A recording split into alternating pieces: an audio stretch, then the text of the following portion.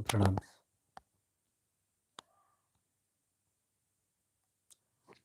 Asatoma sadgamaya, tamasoma jyotirgamaya, pratyurmamritam gamaya. Om Shanti Shanti Shanti.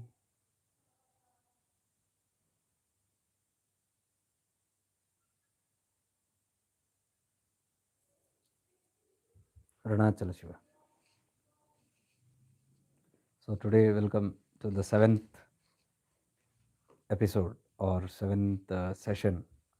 We are doing the series on Arunachala Ramana Chintanam, in which the first part we are we are contemplating on the glory of Arunachala. So these are from the scripts of Puranas, Scandapurana. So it's nicely concised in this book called Glory of Arunachala of in Ramanashram. If you like, you can refer to this. I'm going a little slow. We finished the first 3 chapters. Today we are in the 4th chapter. The first chapter was the significance of Arunachala. Second chapter was the origin of the hill. Third was Parvati's penance at Kanchipuram. Fourth, Gauri arrives at Arunachala. So Gauri is Parvati, Shakti, Uma, different names. She represents us, the Chit. And Shiva is the Atman, if we are talking about. So we are referring to this whole secrets of Arunachala by understanding the microcosm and the macrocosm. Micro is the inner world, my inner subjective world. So if I am a subjective person, I can understand Shiva as the subjective, the soul. And if I am an objective person, then I can refer to the text from outside, the story from outside, the objective world from outside. The moment you open your eyes means the moment you open your mind. When you open your mind, all your indriyas open. Eyes is one of the indriyas, seeing, the 2 eyes. So Panchindriyas is always the objective world. It will connect you with the objective world, and then it will make you have an experience of the objective world, which is where the duality is born. If you remain in the subjective, there is no objective, and hence there is no world, no maya, no illusion, no play. It's a complete Purna, Para state. We all have been that. We all have been that state of Shiva consciousness. But we learned how the whole creation is created. That one consciousness has to take a dual form so as to experience itself. Otherwise, there is no play. So, the dual form, the counterpart is Shakti, which is the active part of Shiva. Shiva is inactive. Shiva is Achala or Nischala, and Shakti is Chanchala. Chanchala means movement. Without movement, there is no play. That is why movement is known as a play of consciousness. Movement is known as Maya. Movement is known as ego. No movement, no ego. One non-dual awareness. Movement begins with desire. The desire to experience itself, beginning of creation. The first movement, which we call as the Ichha Shakti. That further moves the Kriya Shakti. That Ichha also, Ichha itself, when it moves, it is Kriyaman, it's movement. So can you see? The desire itself is the cause of creation, is the cause of movement, is the cause of Shakti. So Shakti is that movement which begins as a desire and then Kriya, action. So, excuse me. So, when it moves in that direction of the desire. So, if the desire is to experience itself, it begins manifesting the variety so as to have a deep experience. And that's how the whole formation of the Srishti. From this, if this much we understand, as I told you, this is for mature seekers. Bhagavan Ramana also used to say the direct path is always for the mature seekers who have gone beyond the doing, who have gone beyond all the concepts and imaginations and the mind world. When you're done with your mind world, you rise above the mind. Mind world is only all these concepts: God, deities, Guru, paths, lineages, yantras, tantras, mantras, rituals, ceremonies, philosophies, theories. These are all in the mind. So, till the mind is there, the activities of the mind is there. So, all the paths are for those who are in the mind.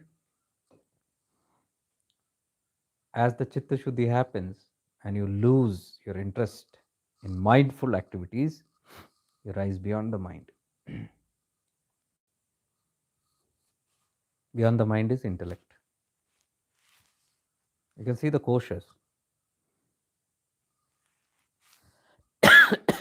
The Annamaya kosha, the Pranamaya kosha, Manomaya kosha, Vijnanamaya kosha, and Anandamaya kosha. These are the steps of our evolution. Where we are too much in the body, all that we know is karma kanda. Nothing else will matter. Gross rituals. At that time, it will not be known as God or devotion or subtlety or bhakti, prarthana, meditation. That time it will not be there. Be aggressive. You can look at the world, you will see all these examples. Again, I mentioned this is not for judgment, judging the world. This is for observation and study. If you observe deeply, you will see this.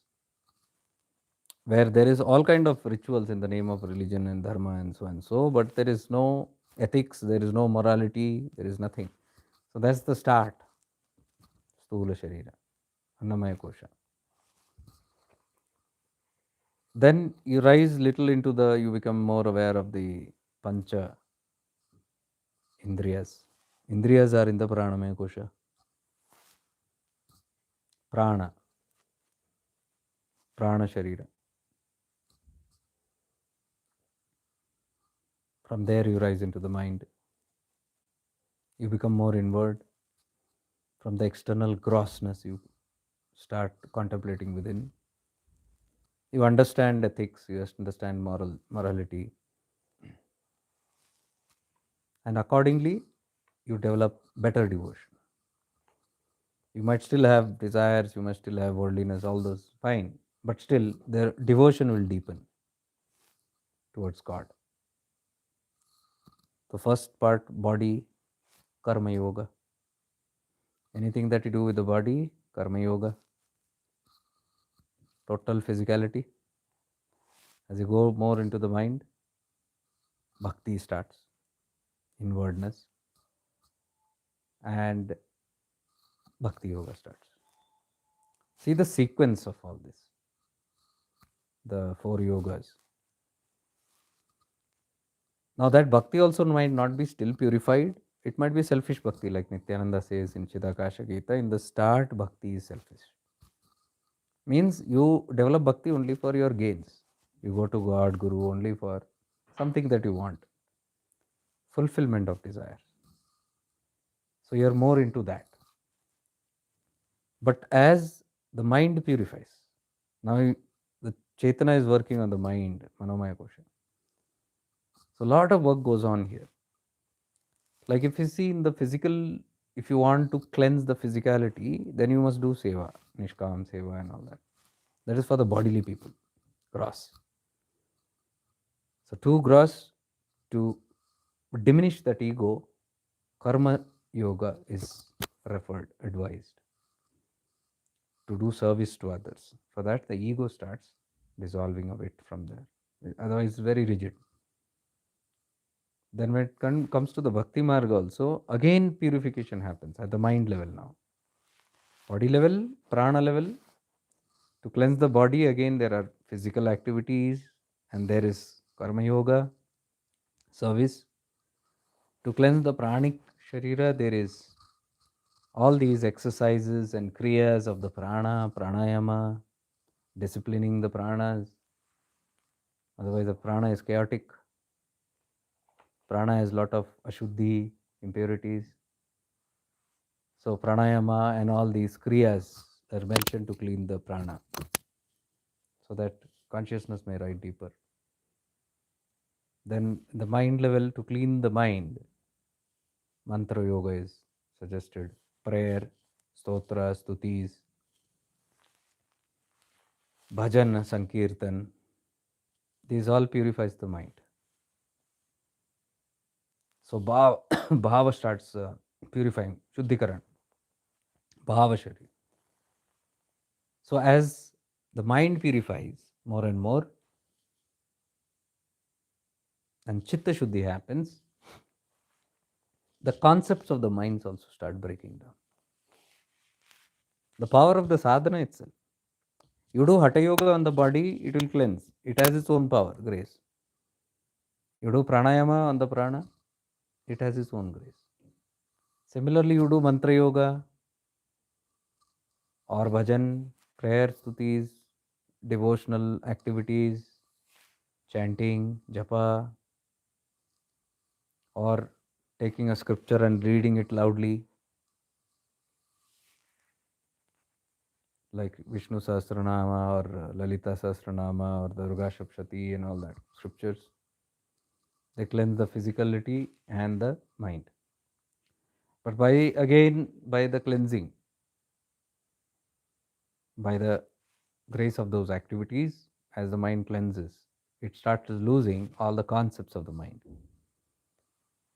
Again, to remind you, man mein mal, when we say there is impurities in the mind, it is not dirty thoughts alone. People immediately think impure thoughts or negative thoughts. No. Mala means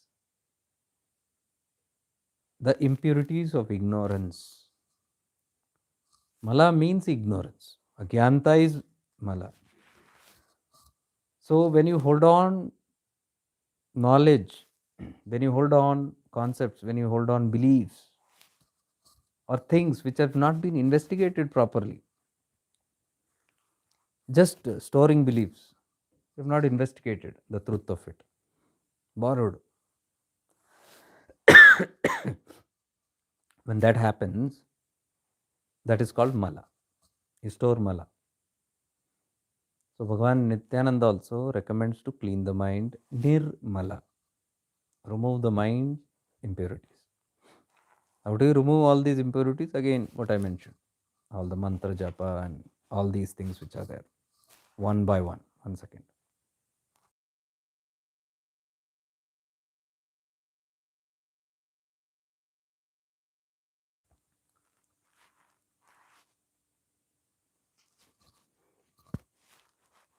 So nirmal man means removing the impurities doesn't mean just removing the bad thoughts, negative thoughts. No way. Removing the ignorance stored in the mind, because the mind is the cause of ignorance and maya. Man hi karta, man hi bhokta. Now, this part I'm telling you is the most challenging part that I've seen in my 25 to 20 years of spiritual journey. People can understand till here, but they won't understand this mind, or somewhere there is an adamancy or refusal to understand this. Nirmala means removing the impurities, means removing these concepts. Concepts are mala. Any imagination, any vrittis, any kind of thought, any kind of movement, any kind of desire, any kind of activities is termed as mala. Patanjali Yoga Sutra says Chitta Vritti Nirodha. Chit mein, that is in the mind, vritti is thoughts, vibrations, movements, nirodha, cessation, removal. Chitta vritti nirodha is chitta shuddhi. So removing the vritti is the purification of the mind. This seekers are very adamant to accept. That's the power of Maya or ignorance. So seekers grow very nicely till here, but I have seen the biggest obstacle is their mind and the refusal to give up. They are clinging, obsession with the concepts of the mind. They are very fascinated with the bridge. Mind is the bridge from the body consciousness to the soul consciousness. But as one is crossing the bridge, the biggest obstacle of a sadhaka, seeker, is the castles that they build on the bridge. Bridge they are supposed to cross over, but they build mansions and palaces on the bridge and they start living there. I'm not just telling about me, I'm widely read about everything. Sufism deeply talks about this biggest obstacle, building houses on the bridge, they call it, which I fully agree because I'm dealing with people all my life who come till here.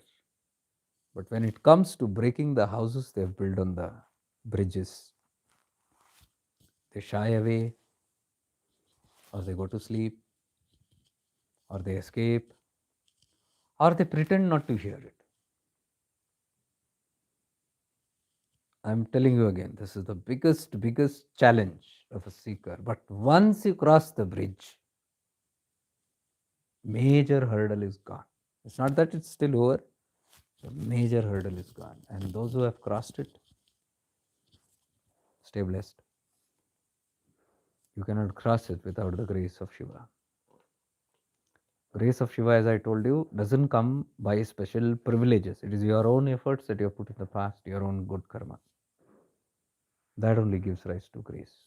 That grace gives rise to efforts in your life, by which you are able to put efforts in the right direction.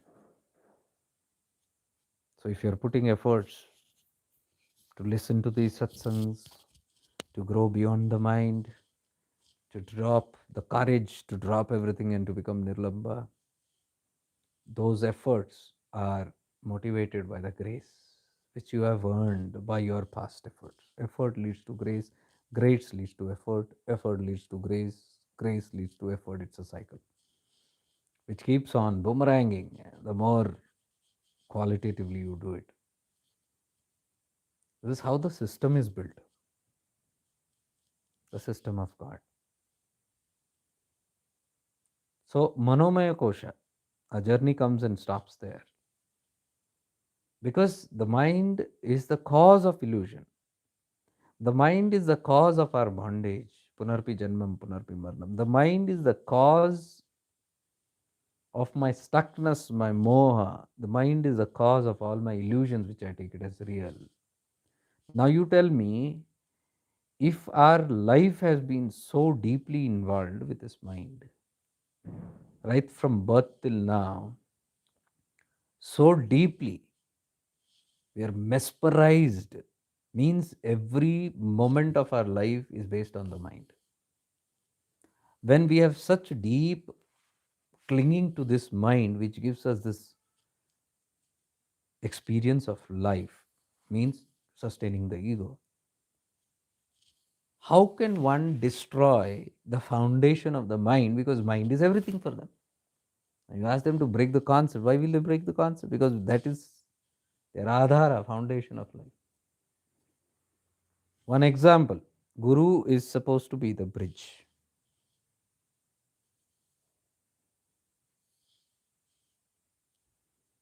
But people refuse to go beyond it.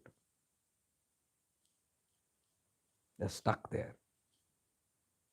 They cannot, because that obsession with the concept of their mind, it's a concept in their head, it's a belief.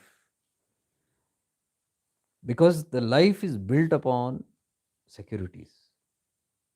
While we are in the Jagat, in the world, we build our securities on our wives and children and husbands and wives and fathers and mothers and families, and then our houses and farmlands and estates and monies and investments and insurances and so and so.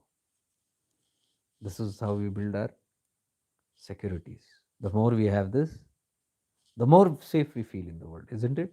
Now, when we come into the spiritual world, the same vasana is there to build something, to hold on to something. Now, because your world is crumbling, now you see nothing in the world is really serving your purpose and they are breaking. Now, the mind wants to cling to something else, replacement.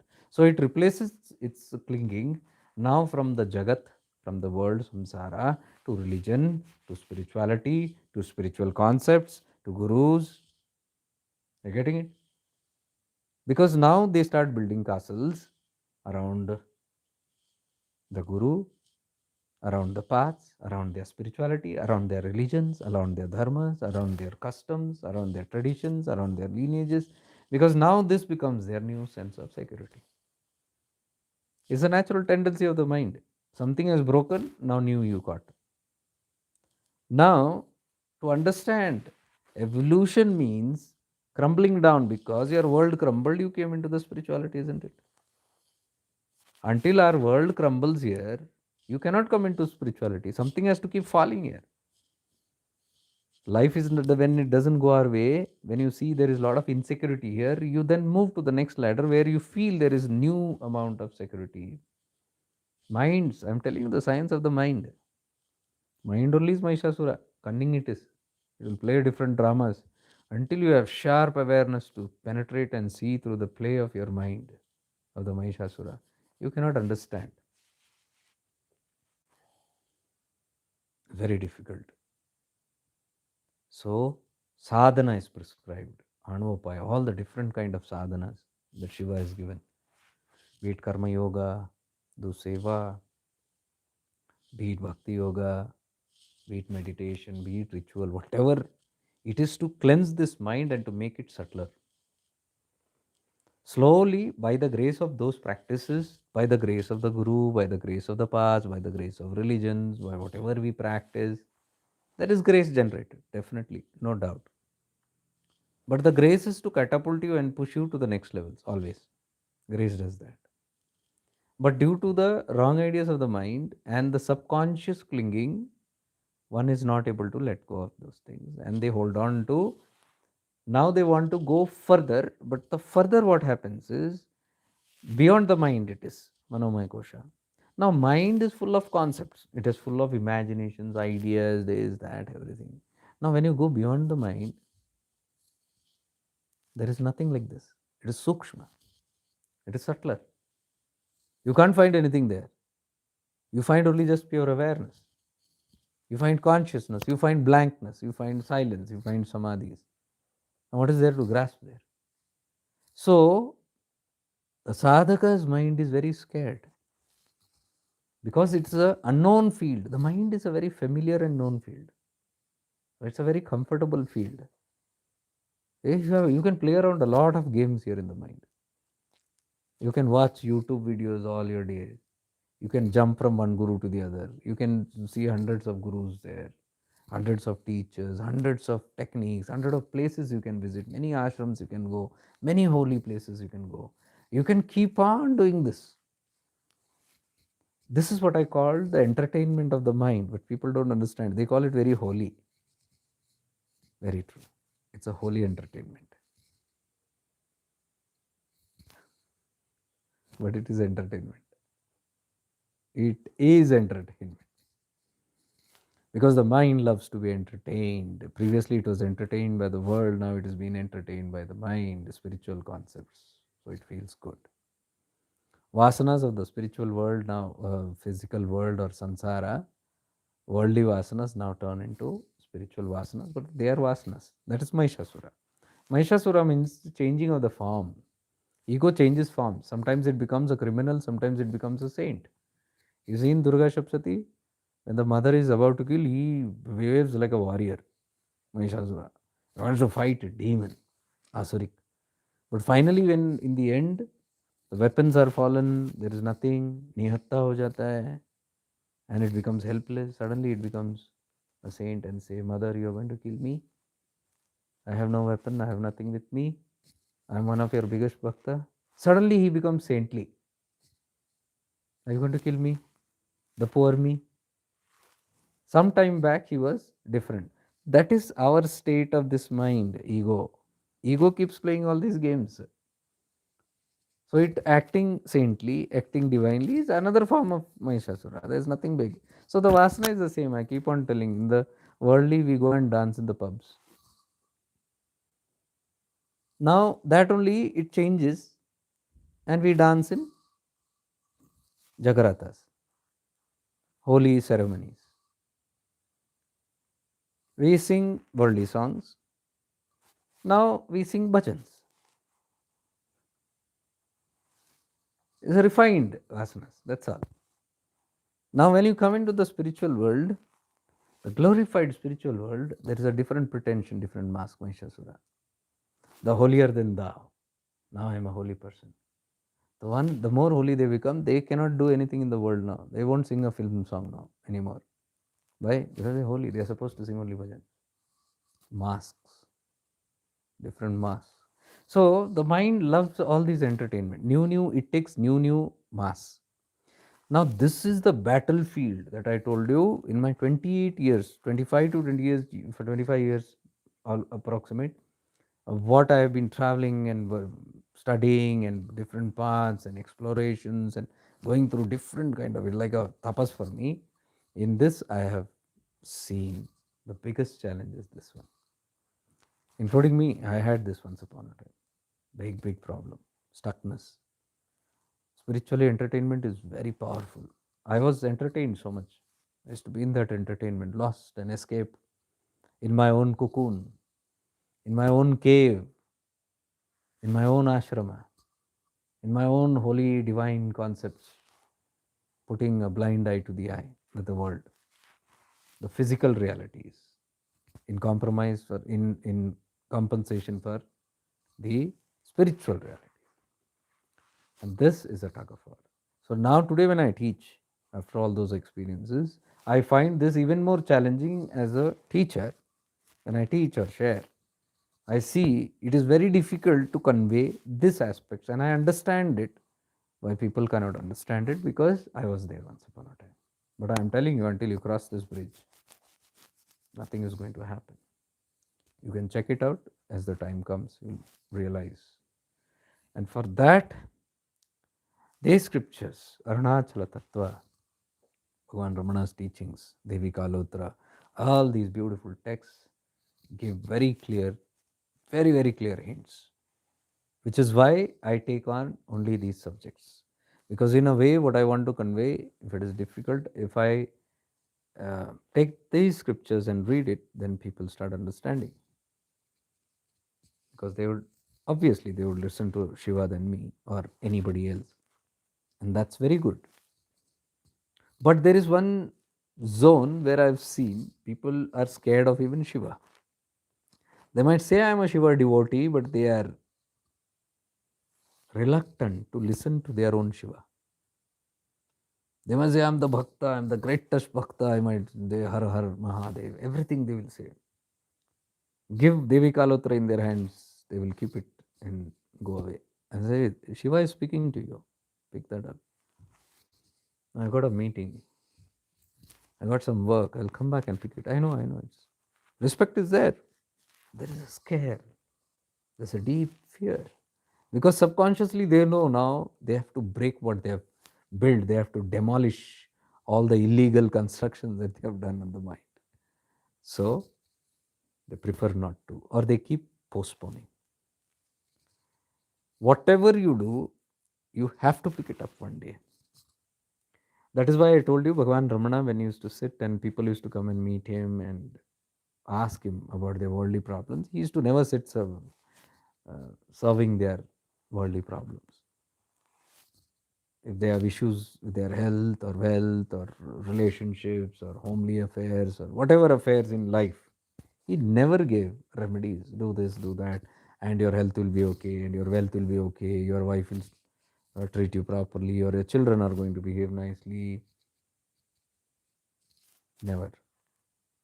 He only pointed to directly to the highest sadhana is to ask, try to find out who's having that problem, who's the one who's complaining, who's the one who's suffering, who's the one who's grumbling, who's the one who's desiring, who's the one who wants and who's the one who doesn't want. Find out this one, this tattva. Because he used to say that is the jada, that's the root of everything. If you find that, your root problem is solved. But people, no. We don't want to cut the roots, we want to cut the branches. We want to trim and have a haircut and go, and then the hair will grow back. Thinking next time, again we'll chop it. So that's the habit, that's because of that mind. But the beauty is, even if all these things happen, Ramana never insisted on telling or conveying, forcing, converting, never. First of all, he never spoke to everybody. First of all, a selective crowd came to him. In that also, there were all kind of people. People were very gross. They came. He never judged them. He sat quietly. He never catered to every problem of theirs. He was mauna. But he was radiating. His aura was powerful. That aura did whatever it has to do. Like in Arunachala, if you go and do parikrama, it is there in the scripture that even if somebody does without faith, still they will be impacted. The 30 yojanas, that radiance of the hill, it will have an impact on their minds and their subtle body. Surely it will have an impact. But if you are aware of it, it's very powerful. That's what I tell retreat guys. Even if you don't do anything, it's taking care. But if you are aware of what's happening, you'll see powerful releases, powerful transformation, powerful grace. You'll be filled with grace. All those 9-10 days what you're spending in the retreats, you'll be filled with grace. And by the way, I would like to request all those who are coming for retreats, I'm going to suggest everybody to look at this playlist, because if you know the mahima of this place, it will be easier and better for you. You will understand now. Previous batches did not have the privilege of this. So now you have the whole thing. That's why I made this whole playlist. Mostly it is for people of the retreats only. The other people in the public who see it, okay, those who are attracted, not everybody will see this, because it's a different kind of talk here. But again, those who are supposed to hear it will hear it. That's how the tattva works. So I was telling, the Arunachala works that way. So Ramana's presence also works that way. He's not a doer. I told you, they don't have sankalpas. Gyani don't have a sankalpa that they will not even question, why are you thinking this way? Why are you not understanding? You'll never see Ramana talking anything like that. He's just radiating completely. That's what I call unconditional love. No judgment at all. Just radiating like the sun to Ganga water as well as gutter water equally. Shiva's radiation, Shiva's blessing to Ravana as well as Ram equally. What individuals do is they do with their own egos and their own karma. God has nothing to do. God is supplying generously. That's Ramana's presence. You go today also to that place. Ramana is not dead. He cannot be dead. The body that you acquired went back to the Panchmahabhuta, that's all. It returned to its elements, but he is never gone. I can assure you this. He himself said this. And people were cribbing and crying while he was about to leave. Don't go. Ramana smiled and asked, where can I go? I did not come, I did not go. I cannot go. It's like that effulgence of Shiva, the light, where we understood Brahma and Vishnu are chasing the highest and the lowest of that light.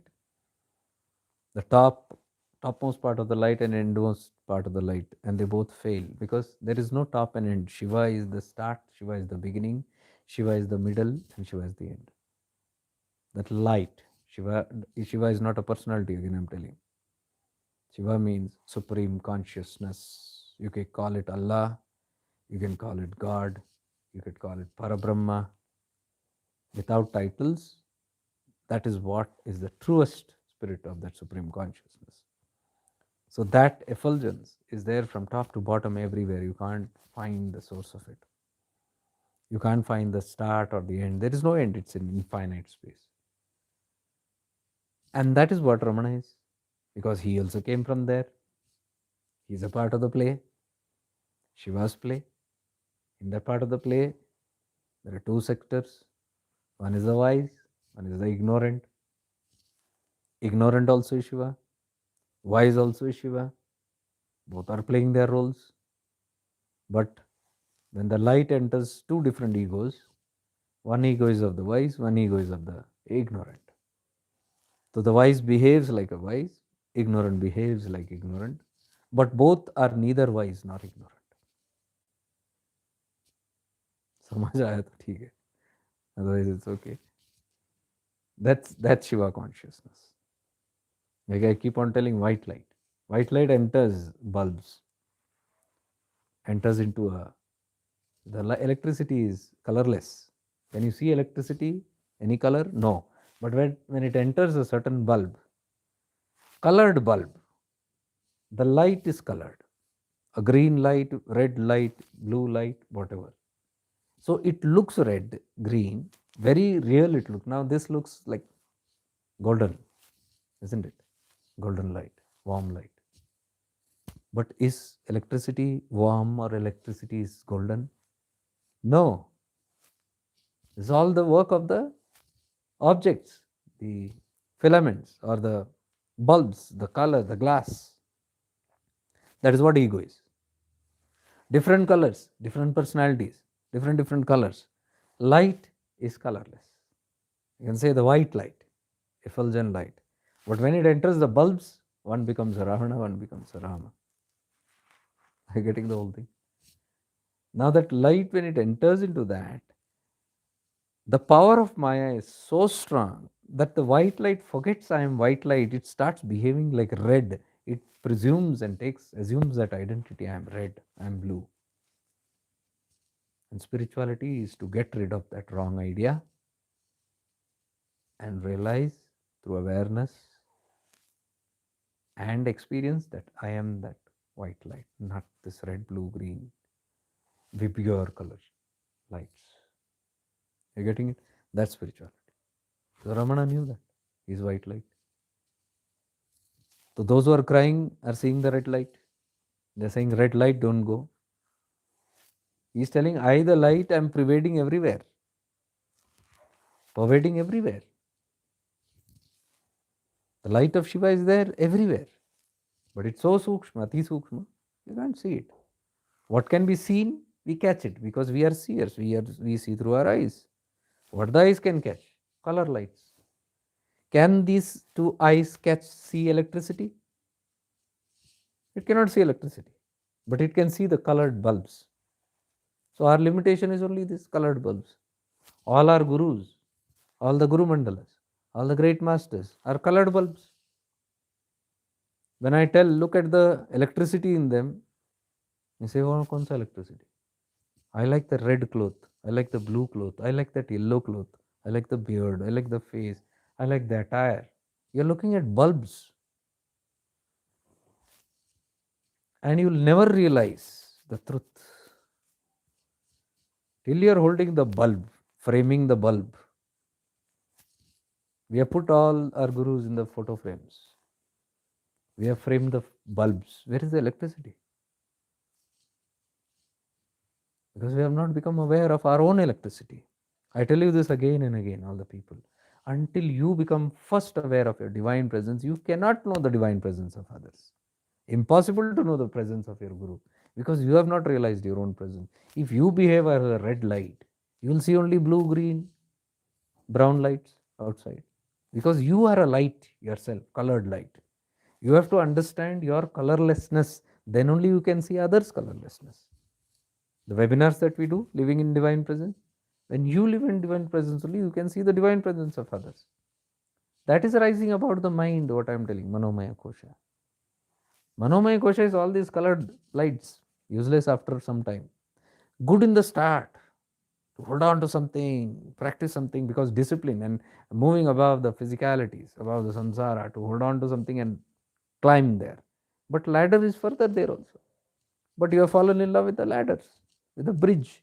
You have built castles and palaces and homes, illegal constructions on the bridges, which has to be broken one day. So when Ramana is sitting, people come. They ask him all kind of questions. He will not talk worldly. He will not talk color language. He is colorless. He only gives hints towards colorlessness. So he'll point everybody and say, find out your colorlessness. Find out your source. Find out your origin. Find out who am I? Am I the colored bulb? Find out. Inquire, who am I? So his all parihara is that way. Many can't understand. So those who don't understand will scratch their head and leave. Those who understand, are trying to understand, will remain there confused, but still their subconscious knows something is there. So they will spend time, they will come repeatedly to Ramana's place. They will associate with Ramana's disciples because they want to know. They know something is there. They are not sure, but they know. One says, this is horrible. I can't understand this language. What is this colorless and all that? And I came here for colorful things. No colorful activity here. I go to so many places, so many paths, so many ashrams, all colorful, colorful activities. So much of entertainment, pomp and glory here, no color, colorless. I'm going. So when people go, people like Nityananda or Ramana will never say, hey, where are you going? Stay back. Let me show you some color, magic, powers, siddhis. They are not that kind. Bhagavan Ramana was never like that. Never demonstrated anything. It's not that he did not have those, but you'll never see a reference of even one. Some text, if you read very carefully, you'll understand his power. Extraordinary capacity of reading minds, knowing Trikala, past, present, future.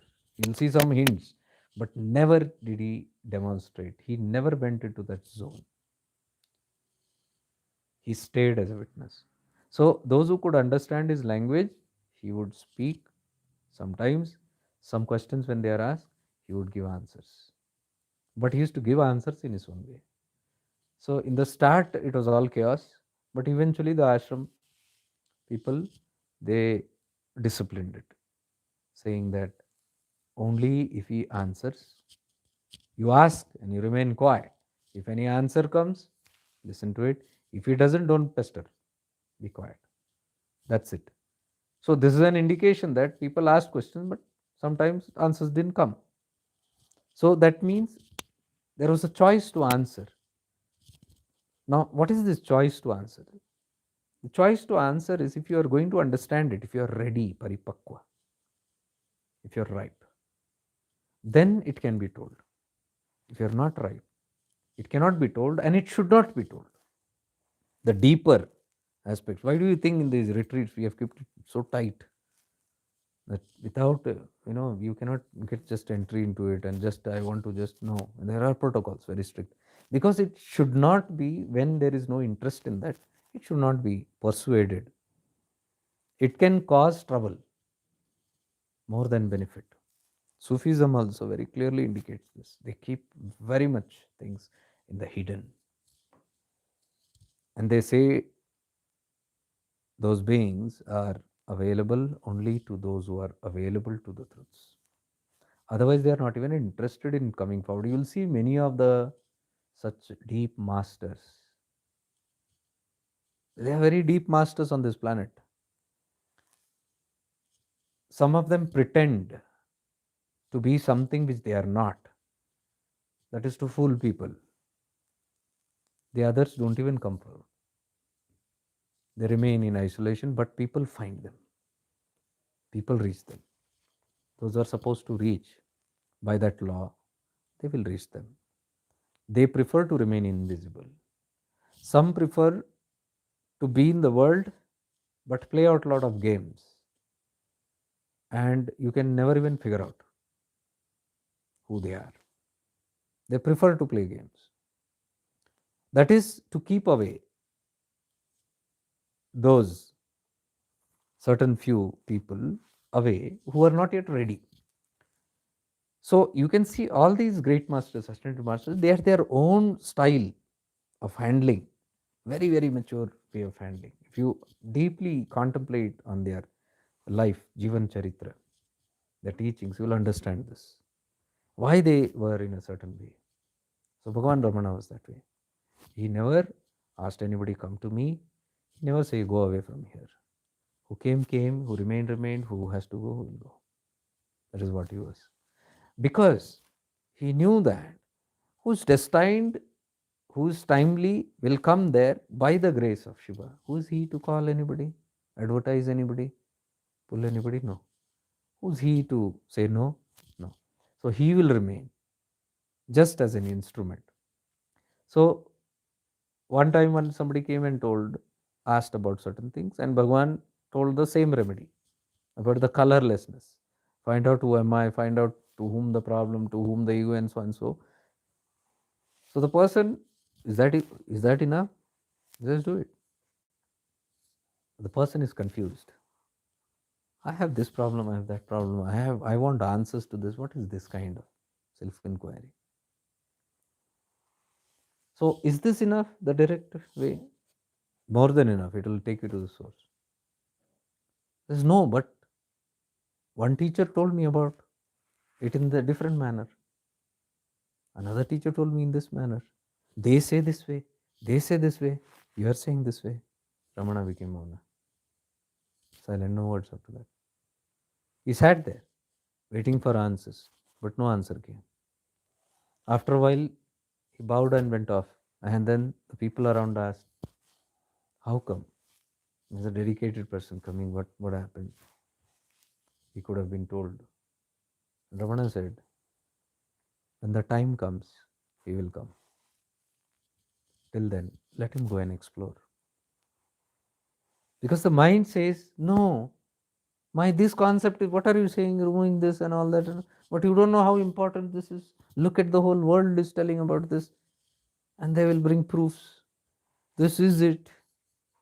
What can you say there? That's it. Okay. If you feel that, do it. Whatever you feel good, do that. Because the time is not yet come. Because when the time comes, you need not tell or convince anybody. It will just happen. On its own, it will happen. So Bhagavan Ramana once said the same incident, wherever one goes, in the end, everyone has to come to Arunachala. He did not mean everybody has to come to Ramana, everybody has to come to Ramana Samadhi. He did not mean everybody has to come to Tiruvannamalai. He was telling source, everybody has to come to the source. You have left the source, you have to return back to the source. Arunachala is the representation of that source. You started from there, you are going to come back there. Come back there means what? You have to leave your mind once and for all. A time will come when it is ready. You will have to transcend the Annamaya Kosha, Pranamaya Kosha, Manomaya Kosha, Vijnanamaya Kosha. Vijnanamaya Kosha is where we are talking more about awareness and intellect and buddhi and viveka and all that. But that also has to be transcended. Beyond that is the Anandamaya Kosha. And beyond Anandamaya Kosha is where the source is. And beyond Anandamaya Kosha means the dissolution of the ego body. Ego is containing of the Panchakoshas. Going beyond the Panchakoshas means going beyond the ego, that is Mukti, Moksha. So where is the confusion? I do not understand. Where is the confusion? It is the evolution. I am giving you crystal clear clarity. Karma Yoga, Bhakti Yoga. Then what did I say? When you go meditative, beyond the mind, Raj Yoga. What is meditation? Chitta Vritti Nirodha. When all the vrittis die, when the mind dies, meditation happens. Please, meditation is not what you do. Meditation is what happens to you. It is very wrong to say I am doing meditation. The doer is there. When the doer dies, only meditation happens. Dhyana means a state where there is absolutely not a single thought. But in our culture, the modern spirituality, if you see, meditation means sitting in the mind and doing all kind of acrobatics. You're sending energy here, sending energy there, seeing God here, connecting to this God, connecting to that God, pulling this here, doing. The mind is full. That is not Chittavritti Nirodha. After Chittavritti Nirodha, Dhyana. Dhyana Samadhi, the seventh and eighth point of Ashtanga Yoga, Yoga Patanjali Yoga Sutras. Before that, Yam, Niyam, Pratyahara, all those things are there. Asan, Ekagrita, bringing the focus on one, then withdrawal, Pratyahara, all those things are there, step by step. There is all practice sadhana. But once you are withdrawn, focused, and the mind drops, Chitta Vritti Nirodha, you enter into Dhyana. Seventh point. From Dhyana, you have to enter into Samadhi. So, Dhyana is Sukshma. Samadhi is Ati Sukshma. What we did webinar on Sunday. What I explained to you. The practice, what did I say? You have to first move from Stula to Sukshma. उसके बाद अति सूक्ष्म की बातें. You have to move first from gross to subtle, and then we talk about subtlest. Here we are not melted or subtle. सूक्ष्म हुए नहीं है. Gross से we want to go into Atma. That is why it is a failure. We sit in the gross and do who am I? Where it is happening? In the mind. Who am I? Who am I? I am not the soul. I am not the body. I am the soul. Who says? Mind says. Wow. Entertainment. Nobody is asking the mind any questions. And the mind has to shut up. Mind must not talk there. If you say, who am I? And the mind says, I am the soul, you must say, shut up. Then Chitta Vritti Nirodha. That speaker will die. When it dies, then there is no question, there is no answer. That is dhyana. Blankness. This has taken almost a lifetime for me to make understand, but it's very difficult. And I'm sure by when we are following, I'm following strictly the Ramana's path. So when my Guru Ramana is that way, why should we bother about convincing anything? So I say this thing, what I'm saying, I'm like, for example, I said I sit in my platforms and talk. I've asked strictly not to spread my messages, these videos here and there. Don't share it everywhere. Put it in groups that we don't want it. No advertisement. Who is attracted? They will simply come to these pages. And they will come by its own. It is meant to be. So there is no need to go and create a propaganda there. It's not needed. Past 4 years, we have worked on that fundamental. Strictly, I have worked on that, and it's going on. Whatever, who has to hear. But I'm talking about the people who come also. In the start, they are it's like volatile. When you say all these things, they say, what? Because the mind is dying and they don't want the mind to die. Because that's their security. So I see a lot of people are scared because they're holding on to, so then they say, what are you saying? You're trying to fool, I think. Why would you want to remove all my securities, all the chains that I've held? Is the world has told me, hold on to this. And when they say that, I say, you must hold on, please. Because if somebody is insecure and concepts are their only saviors, you must never cut it out. It simply means it's not the time. I say, okay, go. So I told, no, many people I end up sending back or sending to those places which they have affinity. I send them to paths. So many paths. I say, you go and follow that path. That's the right path for you. When the time comes, you will get understanding. You will automatically, and that one has enough creation. Even if you get an understanding 50 years later, there will be something or the other, even 50 years later, 500 later, 5,000, 5 million years later also, there will be something or the other. It has always been. Guru Tattva is that way. Bandhos har samay hai. So, all the paths are for everyone. Yesterday's webinar, I strictly told If you have to move from Stula to Sukshma, first thing that you have to do is never discriminate, never diversify between lineages, between paths, between religions, between castes, between color, between creed, between gender, between species. Never do that. That's your first sadhana. If you hold a lot of diversities in your mind, superior, infinity, raga, dvesha, and then you keep on doing all these things, you do it for lifetimes, you will never get anywhere. If you have cribbing against Muslims and Sikhisms and Hinduism, and you're stuck in all that vivada and you're trying to prove who's great, who's this, very difficult, because that whom you're judging is Shiva itself. Here we sit and say everything is Chaitanya, Chaitanya Mahatma. Shiva is Kan Kan mein Shiva hai, Kan Kan mein Shiva hai. We only keep talking and singing, Kan Kan mein Shiva hai. And on the same line we criticize. उसमें शिव नहीं है, इसमें नहीं है, वो अलग जाति का है, अलग प्रजाति का है. There we criticize, hey, that one is not good, this one is not good, our path is good, that path, don't go there, don't go here. And on the other side, we say, Kan Kan mein Shiva hai. Do you see the hypocrisy of these whole things? Anyways, you have to have deep awareness to see through all these falseness. Only those who are aware can move in this path, otherwise, it's very difficult. If you are just some believers, simply keep believing something, means your viveka is not activated. So, viveka, buddhi, what we call intellect, is the next kosha above the mind. Manomaya kosha, I was talking today's session from physicality, the Annamaya kosha, Pranamaya kosha, Manomaya kosha. Now I am talking about Vijnanamaya kosha. Vijnanamaya kosha, Jnanamaya kosha. This is where the wisdom is, in the seat of the wisdom. So the door of the wisdom is Buddhi, Viveka, the third eye. Until this opens, you cannot go into that wisdom. Whatever you do, and you cannot break the system by the cunningness of the mind.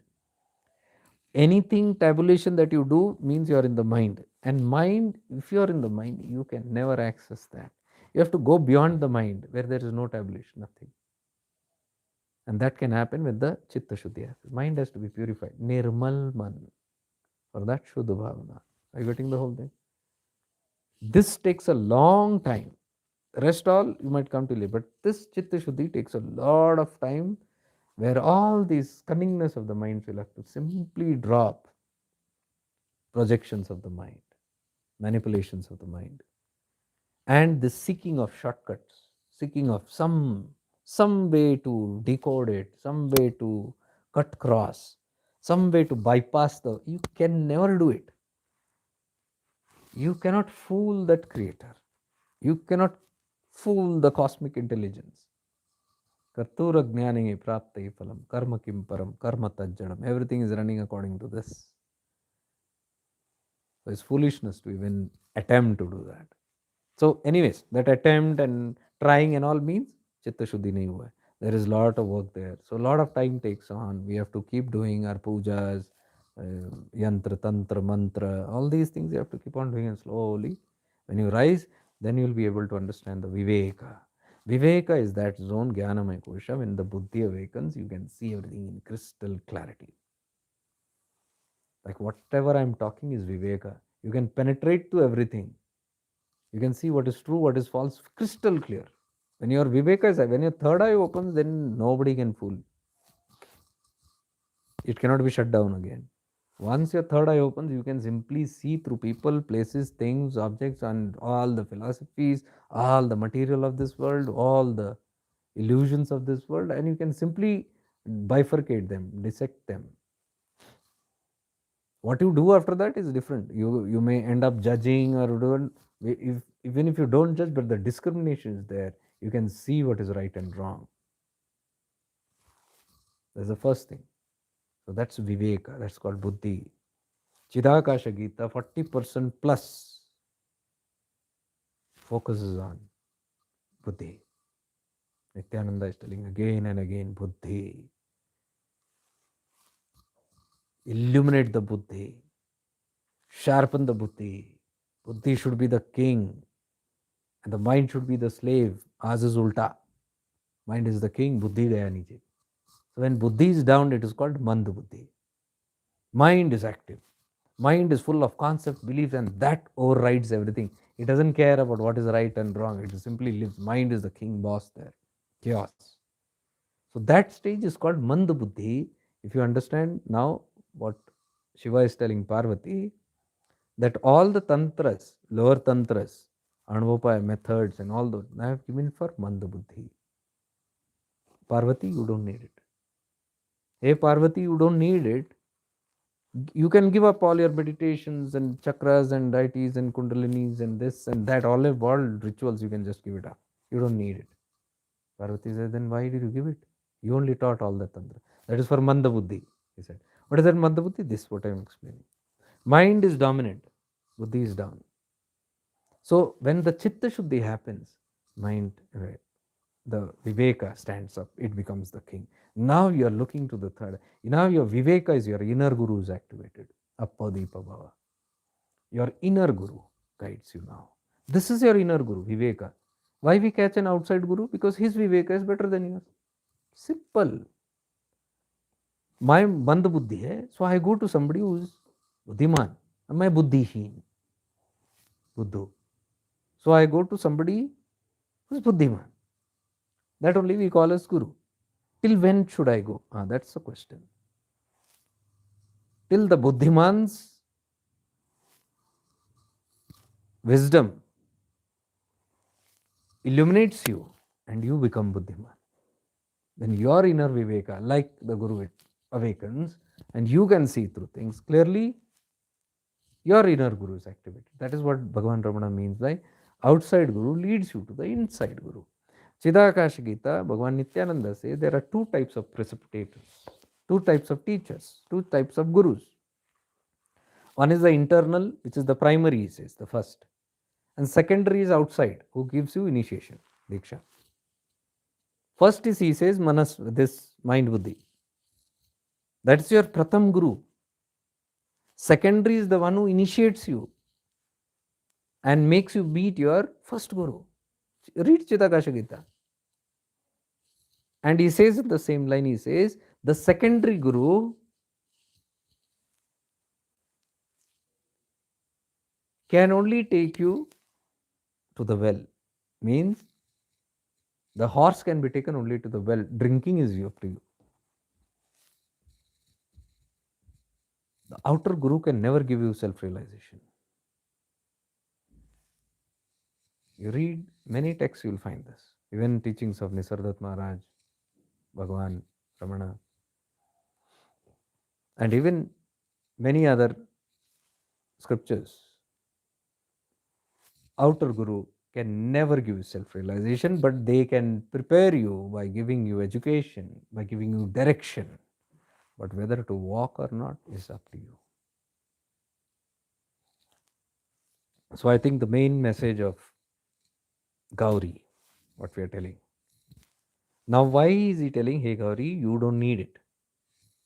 You don't need. Now all these Karmakanda, you can live it. Devi Kalotra. Why he is telling? He is telling to her in Arunachala.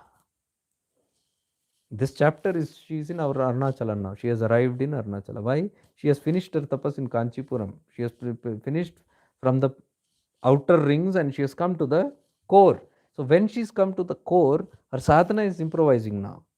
You'll see it as I read it, you'll see it that now all that mind things are gone. Now she's come very close.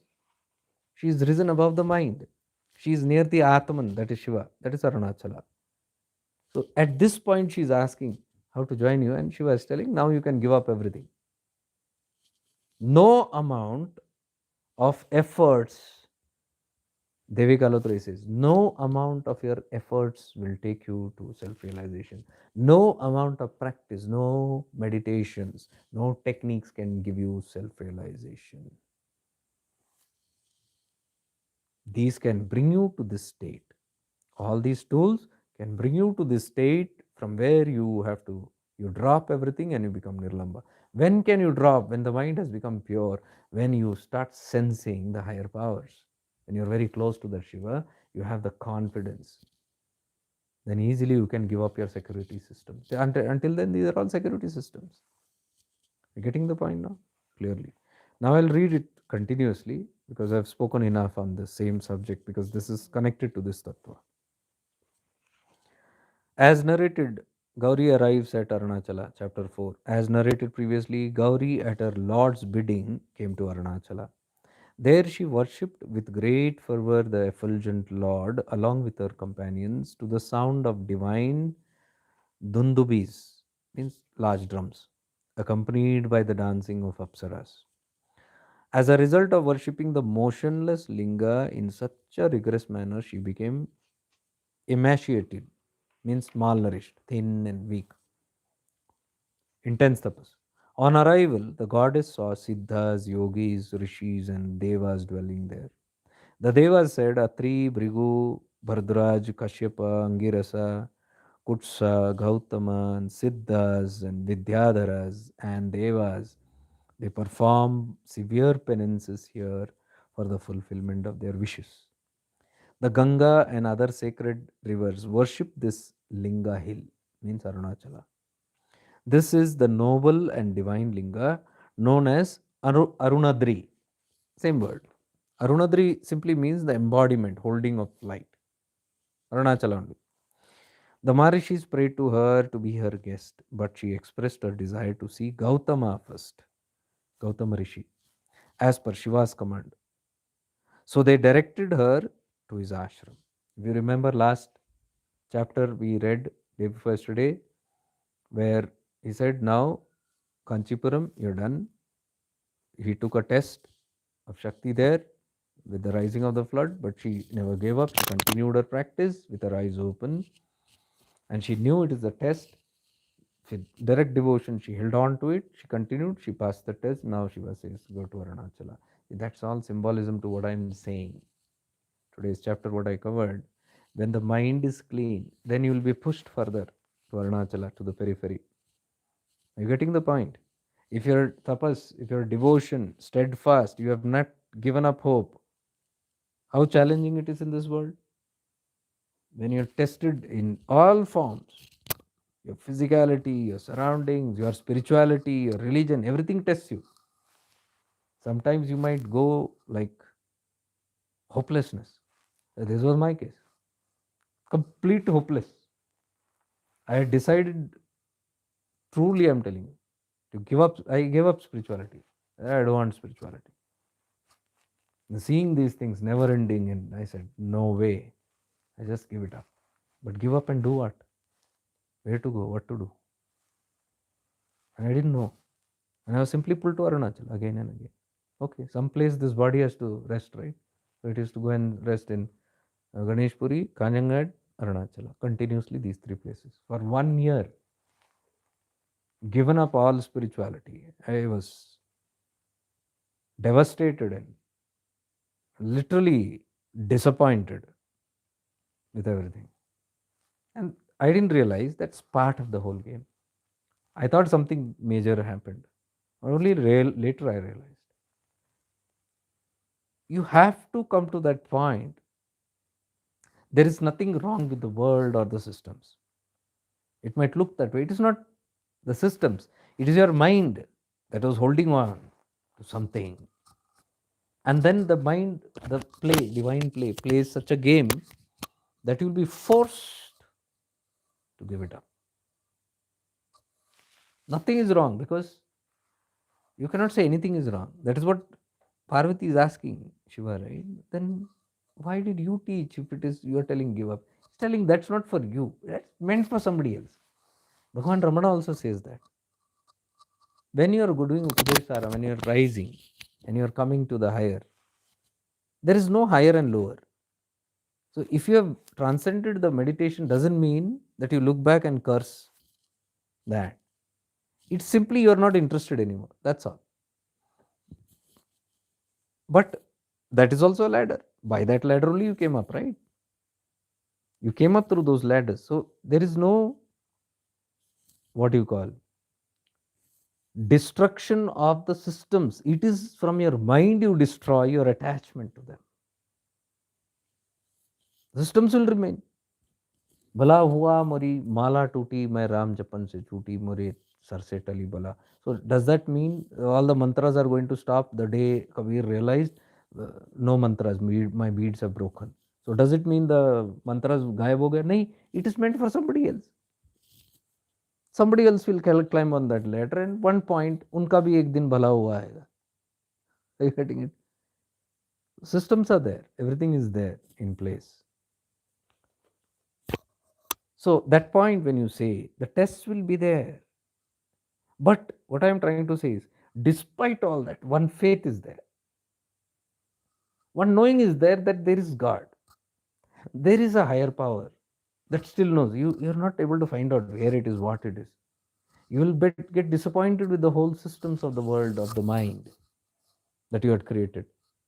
Then you will only hope for one, that grace, that light, that God. Now you are questioning that God only.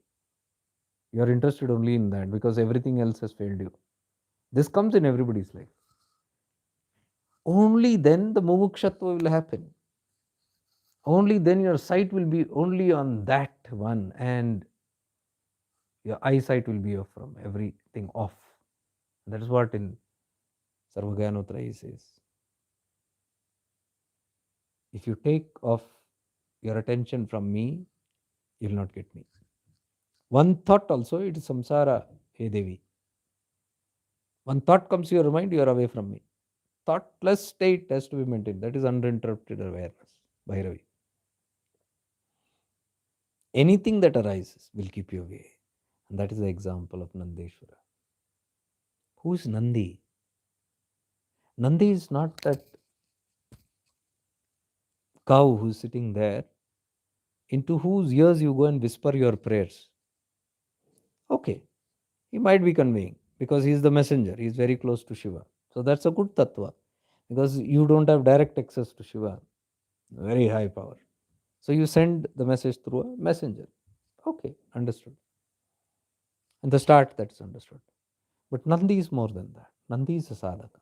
Nandi is the disciple. Nandi is the devotee. You look at Nandi, he never moves. He is as achala as that idol.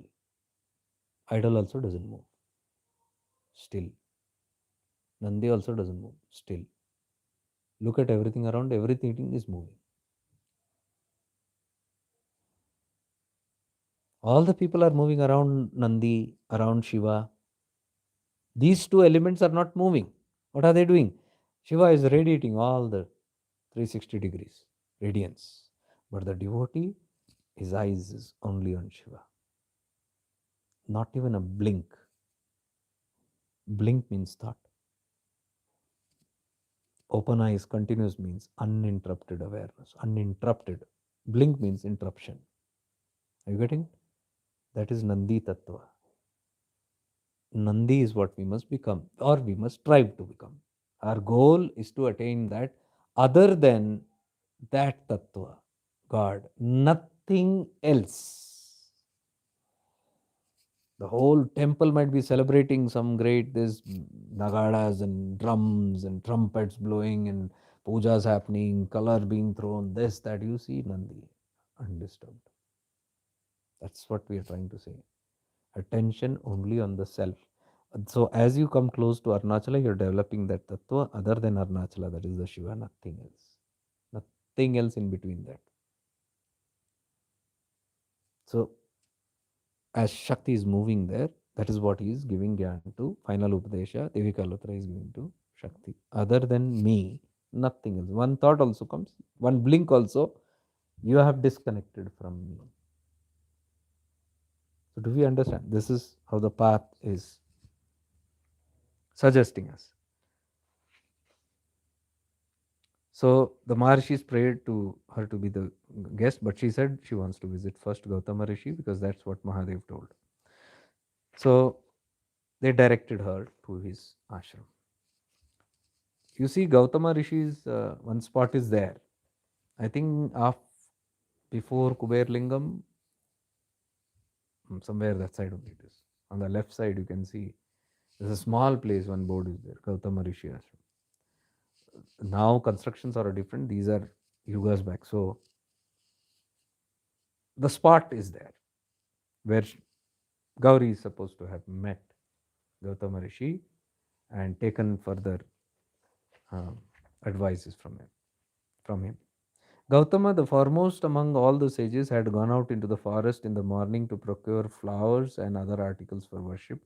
Devi went to his hermitage, where she was received by his disciples with great respect and hospitality. With humility, they entreated her to wait a little for the sage and sat around her. Gautama, returning from the forest with the paraphernalia, means the religious objects used for performing rituals, saw from a distance his ashram glow in resplendent beauty and wondered as to its cause. So, as he is coming back from taking all these holy objects in his hand, uh, bringing the flowers and all with him, he senses a, a divine aura from that ashram, and he's wondering what is that. He then divined through his yogic powers that it was due to the arrival of Gauri. So he understood. He hastened with great eagerness and joy to welcome the mother of the universe. His disciples came to meet him and informed him about Gauri's arrival. The elated Maharishi foresaw in the visit of the goddess the fruit,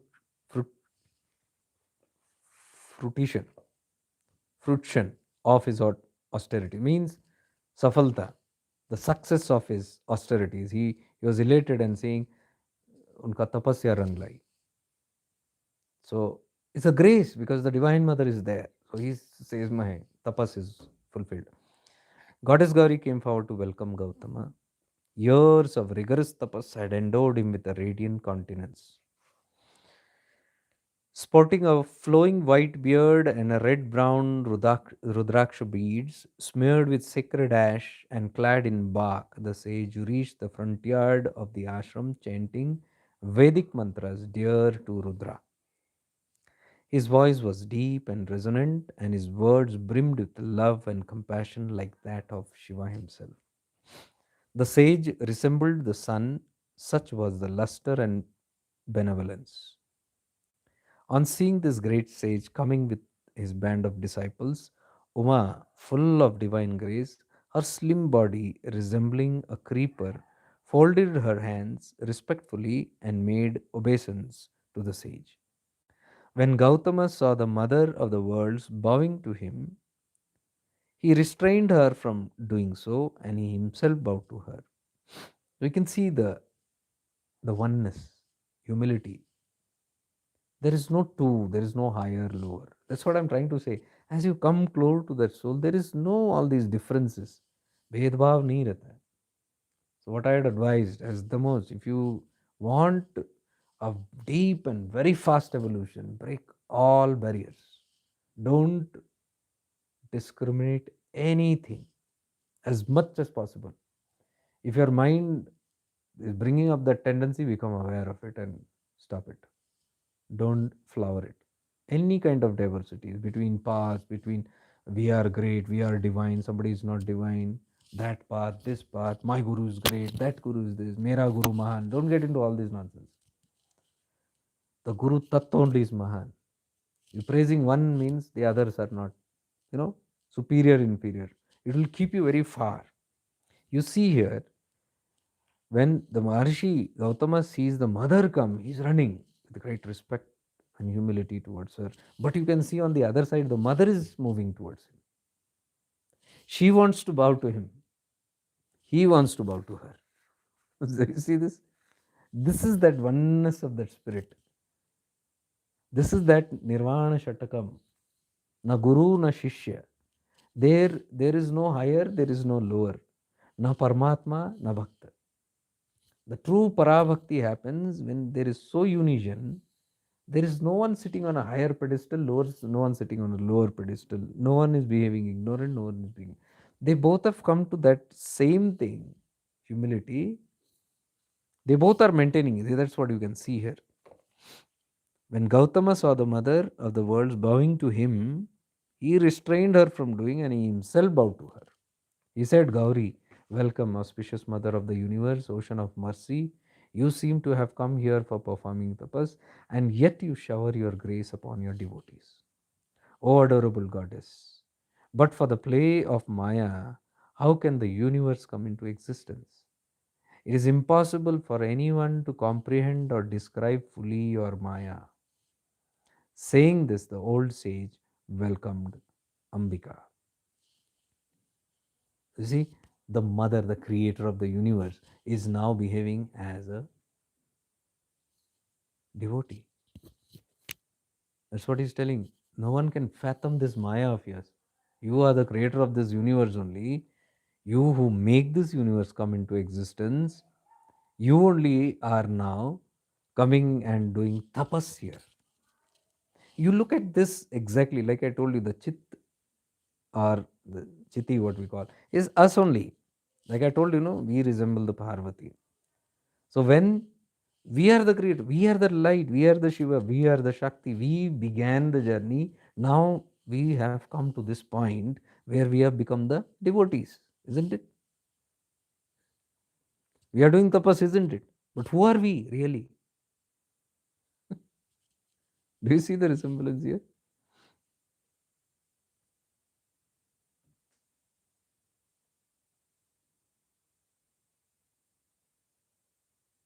Saying this, the old sage welcomed Ambika.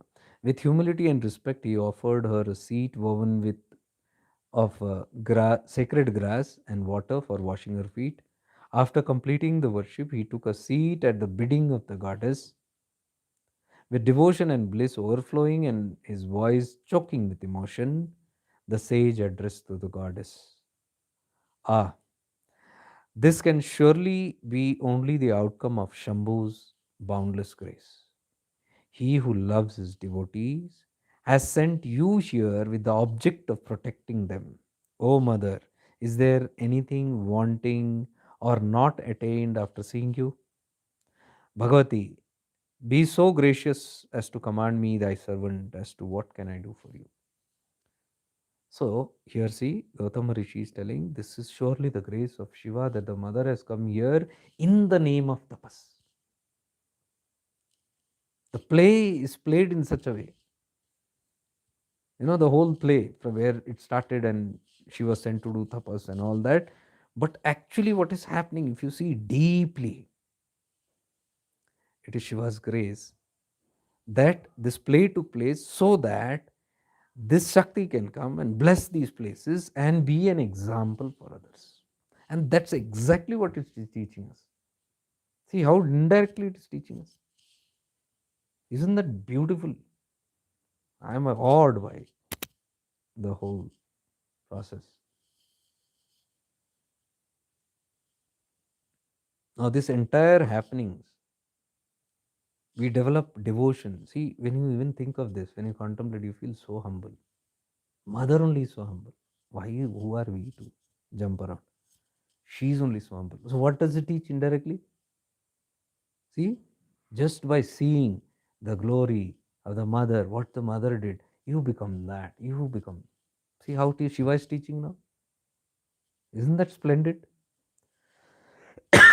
So, that's the end of this chapter, the fourth chapter. All the time.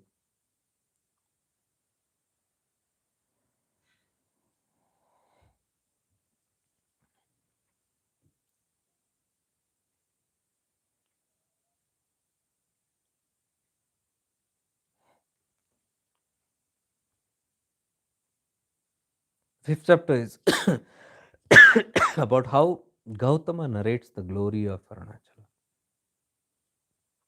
So now he is talking about the glory of Arunachala. Why did the mother come there? To listen to the glory of Arunachala. If you remember yesterday's chapter, Shiva sent the mother to listen to Gautama Rishi so that she can hear the glory of Arunachala. Why? Through Gautama Rishi. Because he is the closest to Shiva. You will understand why.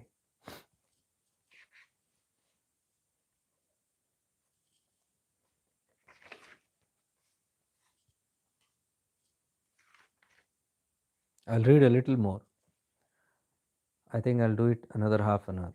Those who are unable to can always see the recording, because tomorrow I am not there. So tomorrow there will be no session. We will be doing the after tomorrow. So I'll complete a little more of this. The fifth one, on hearing the words of the all knowing Maharishi, Ambika praised him and said graciously, "It is because of your glory,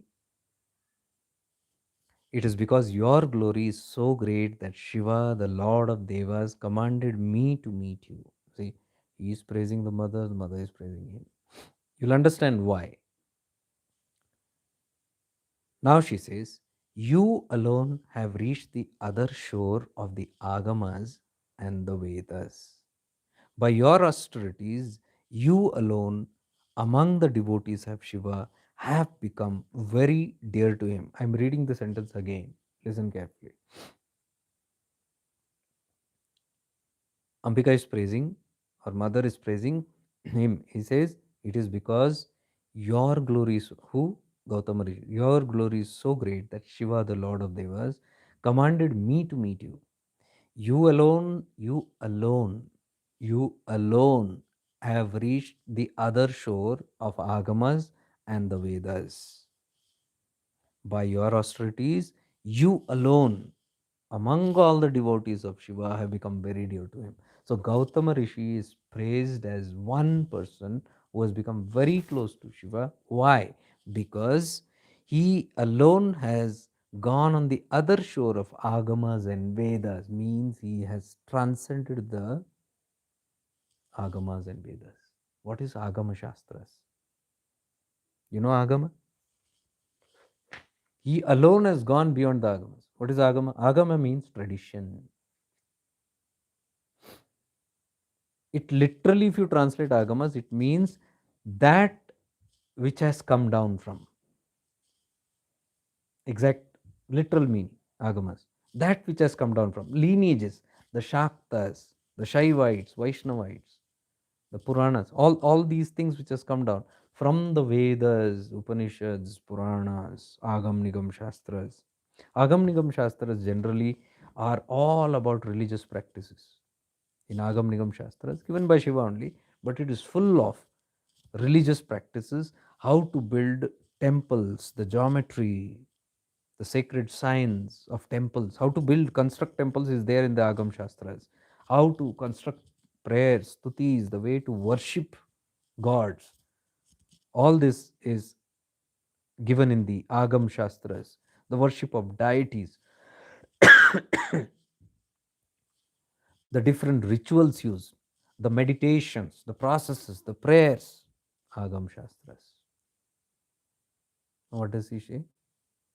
Gautama Rishi, you alone are dear to Shiva because you alone have gone beyond. She says, "You alone have reached the other shore of the Agamas and the Vedas.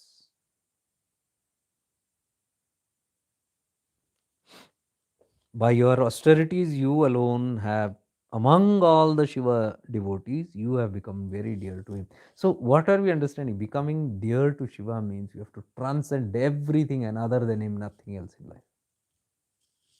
Other than one awareness, because Shiva is pure awareness, he is simply aware, pure. So, if you are just in that state of awareness of nothing else, you are very dear to him. Gautama Rishi was that. You can see these hints very, very clearly. Even in Kanchipuram, the maid is telling Gauri, you can practice here tapas without rituals. I read that. See, that's what the whole training is moving towards. Understanding this tattva here? My Lord told me that he abides here as Arunachala and directed me to learn its glory from you.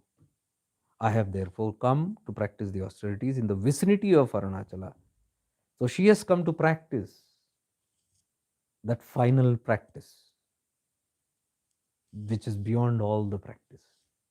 This is what Ramana is telling. The direct path is the final path where you transcend the ego now. See, if you look very carefully, All the religions and paths can bring you to one extent where, but the ego is still there. I will remain. That is why you say, I am a yogi. I am this yogi, I am that yogi. That I will remain. That yogi title will remain. I am a saint. I am a guru. I am a mahatma. I am a sannyasi. I am a vairagi. I am a yogi. That feeling will remain. You might not say it, but that someone, identity will be there still. I'm still someone. Because the identity is there, I perform as that identity. And when there is an identity of something, there is another thing opposite. Immediately there will be opposite. For a vairagi, if there is a feeling of I'm a renunciate, there is always somebody who has not renounced the world. You get the point? Because there is somebody who has not renounced the world, he feels he has renounced the world. Dvanda hai. This is the feeling, and that is the subtlest point of that ego being sustained in all religions and all paths and everywhere. That has to be given up. The identity has to be transcended. For that, who am I? Self inquiry is the only way to get rid of that identity, which Vashishta also says. Bhagavan Ramana is also saying. Moksha, mukti. You can reach to the pinnacle of spirituality but still hold the subtlest identity. Like you can see, Shakti is holding a subtle identity. She's still having that, I'm a devotee and all that. Can she say this at the Ardhanarishwara state? Can she say she's a devotee at that state? You'll never hear it. Ardhanarishwara doesn't say I'm a devotee, I'm this, that, nothing. It simply says Ardhanarishwara is that Tattva. Shakti says I am Shiva. Shiva says I am Shakti. I am this and that. There is no other. It's one. So where is our yatra? Our yatra is to reach till there. Our journey is to reach till there. We have identities. That is what one by one the identities are going. If you remember in Kanchipuram, she gave up her worldly clothes, worldly ornaments, and she wore the bark.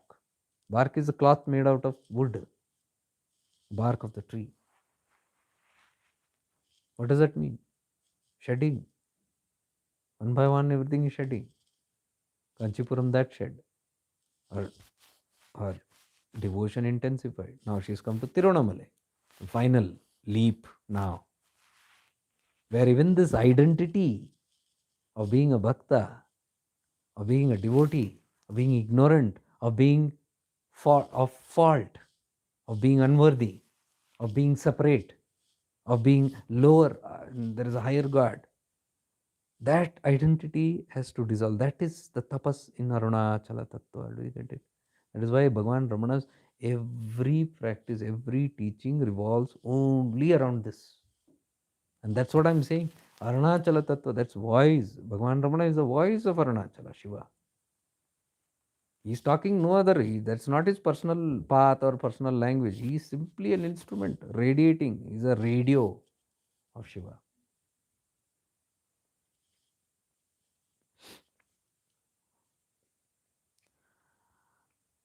I have therefore come to, okay, by merely seeking you, one will obtain the grace of the Lord.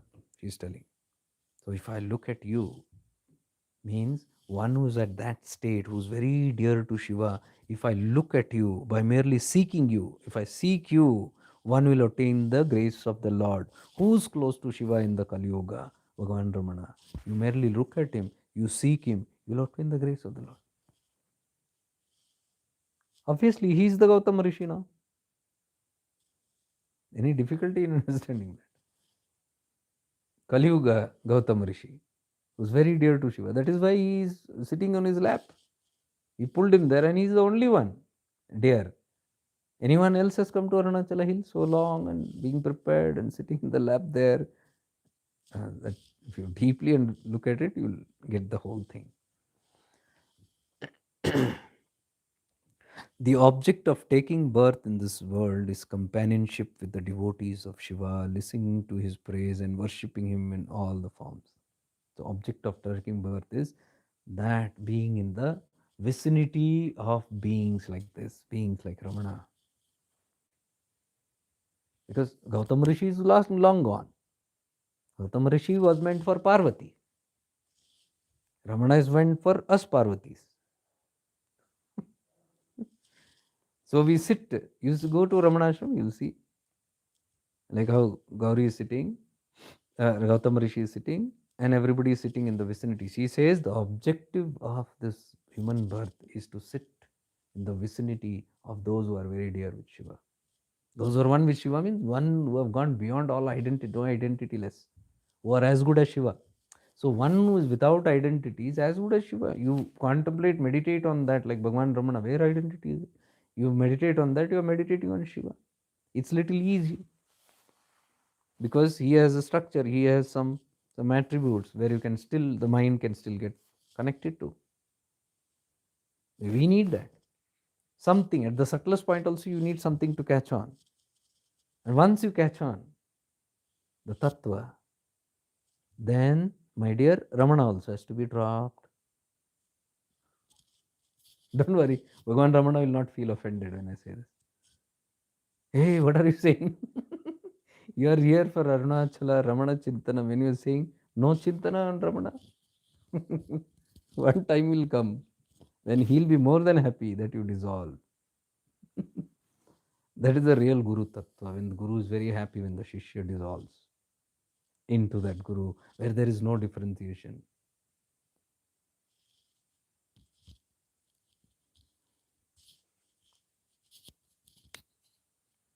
Then he says, I look upon you as my father for you, as you are personification of wisdom.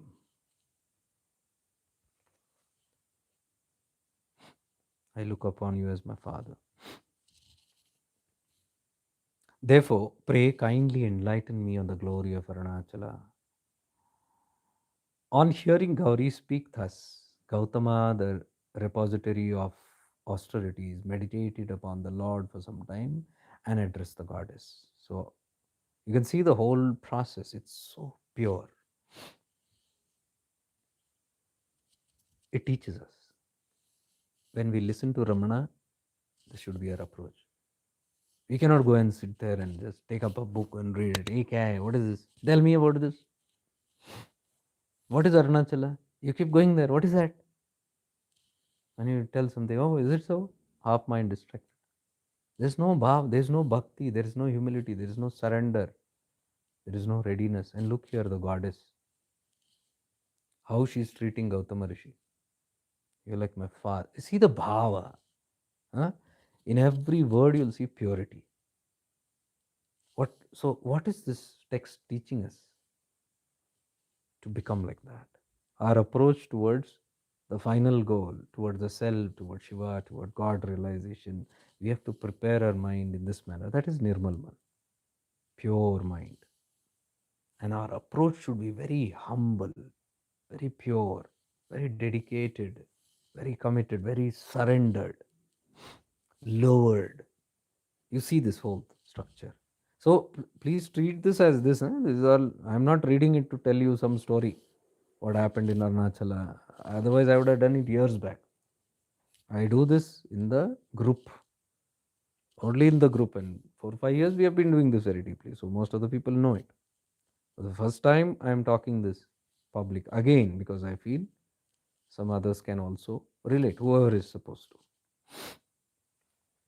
So, for those who are connected, who feel pulled, drawn by the power of Arunachala, if you understand what is being told here in all these series, and if you just do it in that fashion, you will see immediate. I'm telling you openly. You get into this bracket and look at the whole thing from that eyes, from the inner eye, from the real perspective, and you'll see deep transformation, deep evolution, quick. Now, it is not done for quick. Oh, it's a shortcut. If I do that, if you try it, will not happen that way. But I am telling you, that's how when the Lord wills, if Shiva wills, things will be made clear. I always say the first sign of the grace of Lord is clarity. Viveka, awareness, is the tattva for clarity. Without awareness, you cannot have clarity.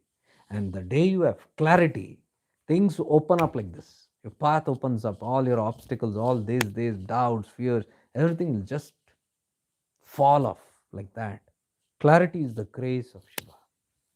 And I always say, if anybody has to ask something from Shiva, ask a boon. If he says, ask for clarity.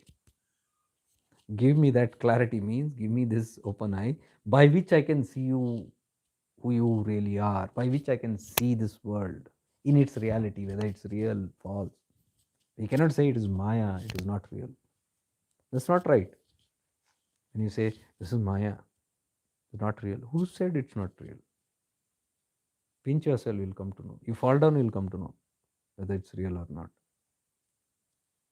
So when we say it is not real, one person went to a master and said, tell me about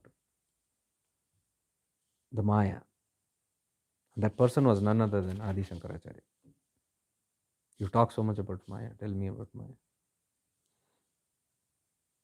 So he indirectly answers him back and says, you tell me what is not Maya. What is your idea of Maya and what is not Maya? So he starts saying, anything that appears in the mind, that is Maya. The body is Maya. The world is Maya. Things like that.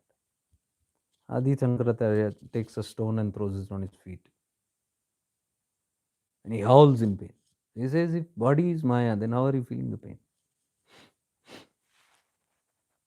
So the whole thing is, it's not about what we have learned, just learned. You have to actually get into that experience, not parroting. I am not the body, I am the soul. ये सब कुछ फर्क नहीं पड़ने वाला गाना गाया तो. You have to sit and explore.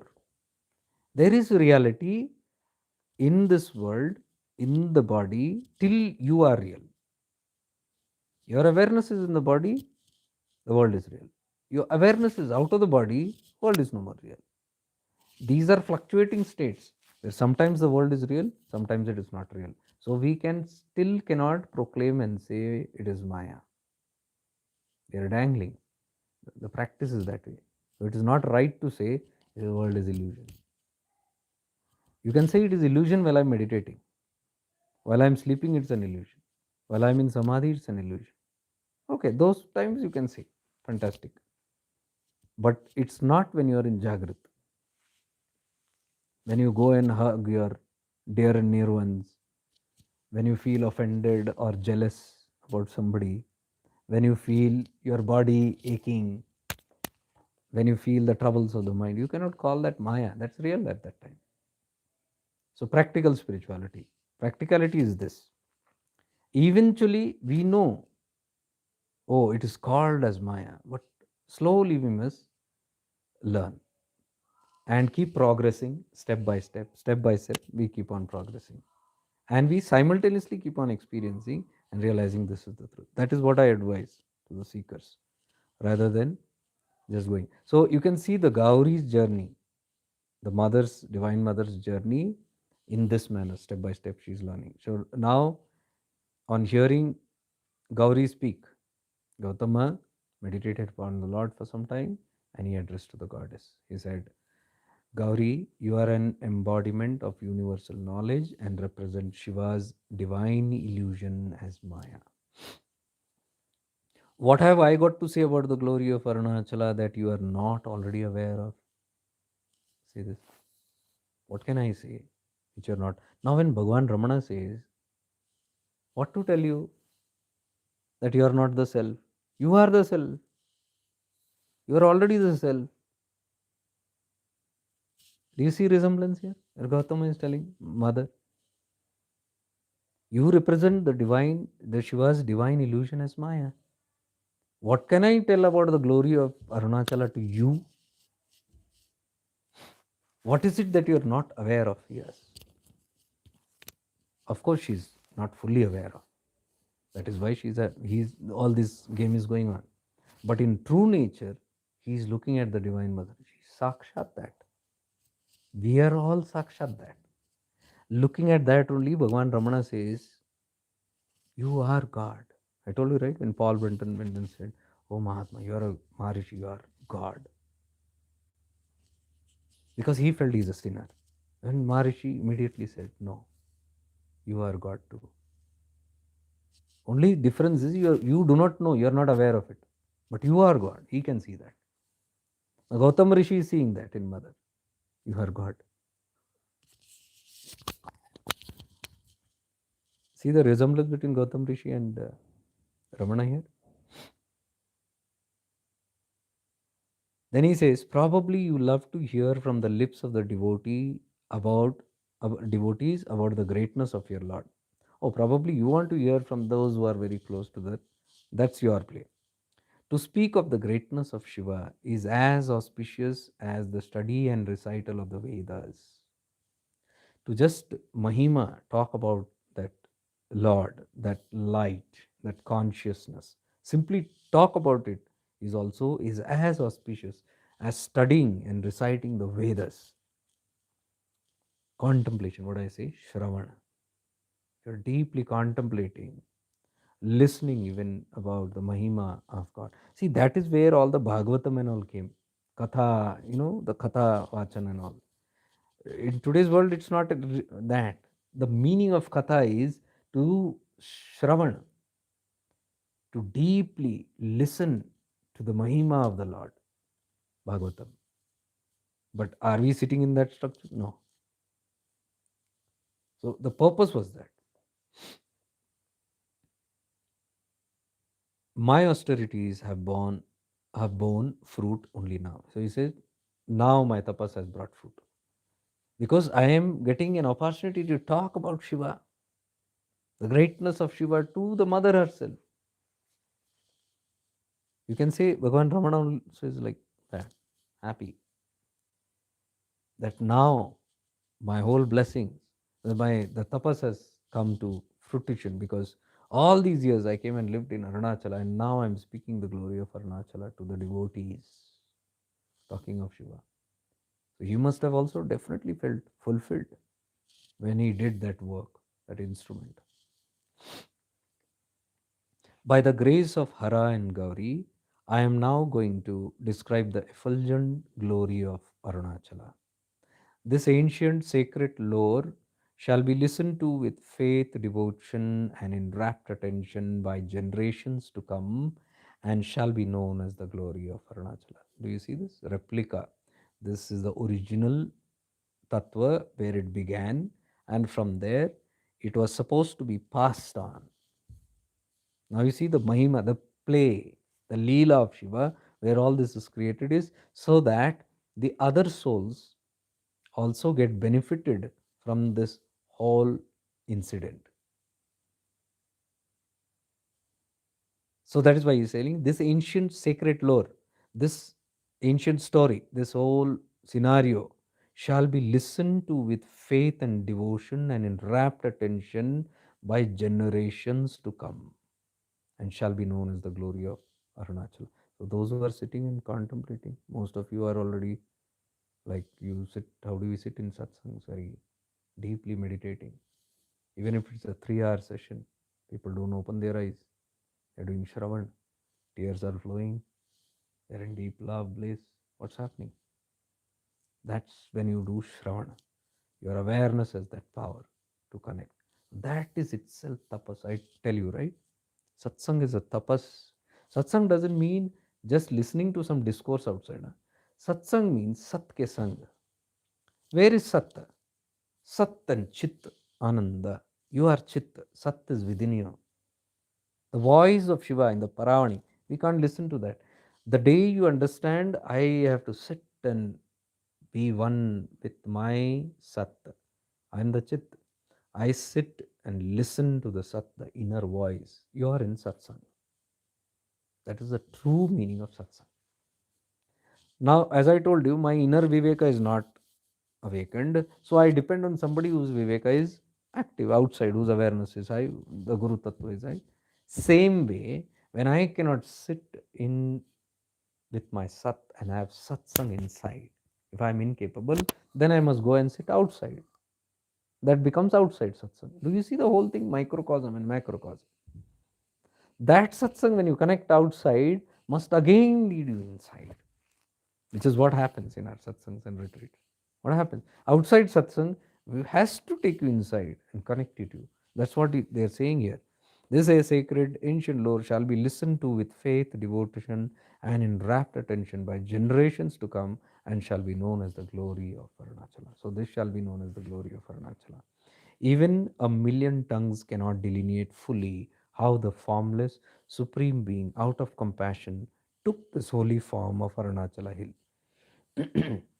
Even a million tongues means no amount of people who share the glory of, they still cannot do justice to how the whole thing has manifested as Arunachala Hill. Nay, even if a million Brahmas come together, they would fail to narrate his glory satisfactorily. Nobody can define it in such satisfactory. Just like how the higher scriptures and Bhagavan Ramana and Nisardat Maharaj, they say that the self cannot be described. Actually, no one on earth has been able to describe the self. What you see in the books about, these are all close pointers towards us. They are not actual description, because the self cannot be explained. When you are in the state of that self, when you are in deep samadhi, nirvikalpa samadhi, there is no mind to record it, memorize it, bring back the experience and talk about it. Do you get that? That is why it is impossible for the self to be described. Even the Vedas say that self cannot be described. This is one reason. Because that which describes is the mind, that which records, memorizes, repeats, brings forth is the mind, and there is no mind there when one is with the self. So, an avaduta, when they are brimming in that oneness, they cannot explain back to you what exactly they can. It cannot be put in words. It can only be realized. Like you cannot explain the taste of a mango or chiku or pomegranate or apple to anybody who has not eaten these fruits. However, you try to describe it, apple tastes like this. How are you going to describe the taste of an apple? You cannot. Whatever you tell, they will create concepts in their head. That's the biggest problem with self. Whoever talks about the self and whoever listens about it, the listener is always making concepts, because it's coming from the speaker who is again talking a concept. Talking about self cannot be true. Talking is again something close. It might be close to the self pointer. It is not. So, how do I know to get, how do I exactly know the taste of a mango or apple? Eat it. Until you eat it, you cannot relish and tell this is the flavor. This is exactly why Bhagavan Nityananda says you must eat your own food. Don't depend on the food cooked by others. See, cooked by others. All the descriptions about gods, deities, or the self, Atman, whatever is there, these are all cooked food by somebody else. It's good enough. It can give you a direction, it can give you a purpose, it can give you a method, it can give you inspiration, it can give you a direction, but it will not give you a realization from outside. You have to realize it yourself. Self cannot be realized other than you. Nobody from outside. No God can give it to you. No Guru can give it to you. No external person can give it to you. But they can prepare you and take you close to that. So, Arunachala in this form was in former times worshipped by Brahma, Vishnu, Soma, the moon, Surya, the sun, Agni, the fire, Indra, and other devas, Dikpalakas, who are the protector of the quarters, the Siddhas, the Charanas, means celestial beings, Yakshas, Vidyadharas, Gandharvas, Nagas, serpents, birds, divine sages, Siddha yogis, and others, in order to get rid of their sin and to obtain the fulfillment of their desires. So, Arunachala, in this form of the light, purest light, was worshipped in the in this form, not purest light, the hill. Arunachala as the hill was worshipped in the earlier former times by Brahma, Vishnu, and all these, all celestial beings. Why? In order to get rid of their sins, tapas, and to obtain the fulfillment of their desires. So, Arunachala has the power to destroy sins of previous lifetimes, which is very rigid, which is very stubborn. But provided you have pure intention, it will simply not. We have to take care that when we go to Arunachala, we live in these places, we live a pure life. We do not create. This must be very, very careful when we go to places where we are supposed to, where we are given an opportunity to evolve. We must make sure we do not do anything that is the opposite. Because the counter effects are also in that manner. A robber robs a house, there is karma. A spiritual person robs a house, it will not be the same karma, but it will intensity will increase. Because the position changes. A robber is ignorant, but a devotee, a seeker is evolved. So they are supposed to behave responsibly. You cannot give any other excuses there. I have seen few doing that. And through this only I am conveying. Don't play around. You are given enough opportunities. You must not take advantage of that unconditional love of that place. You are given an opportunity, change, transform, surrender, submit the ego to that Lord.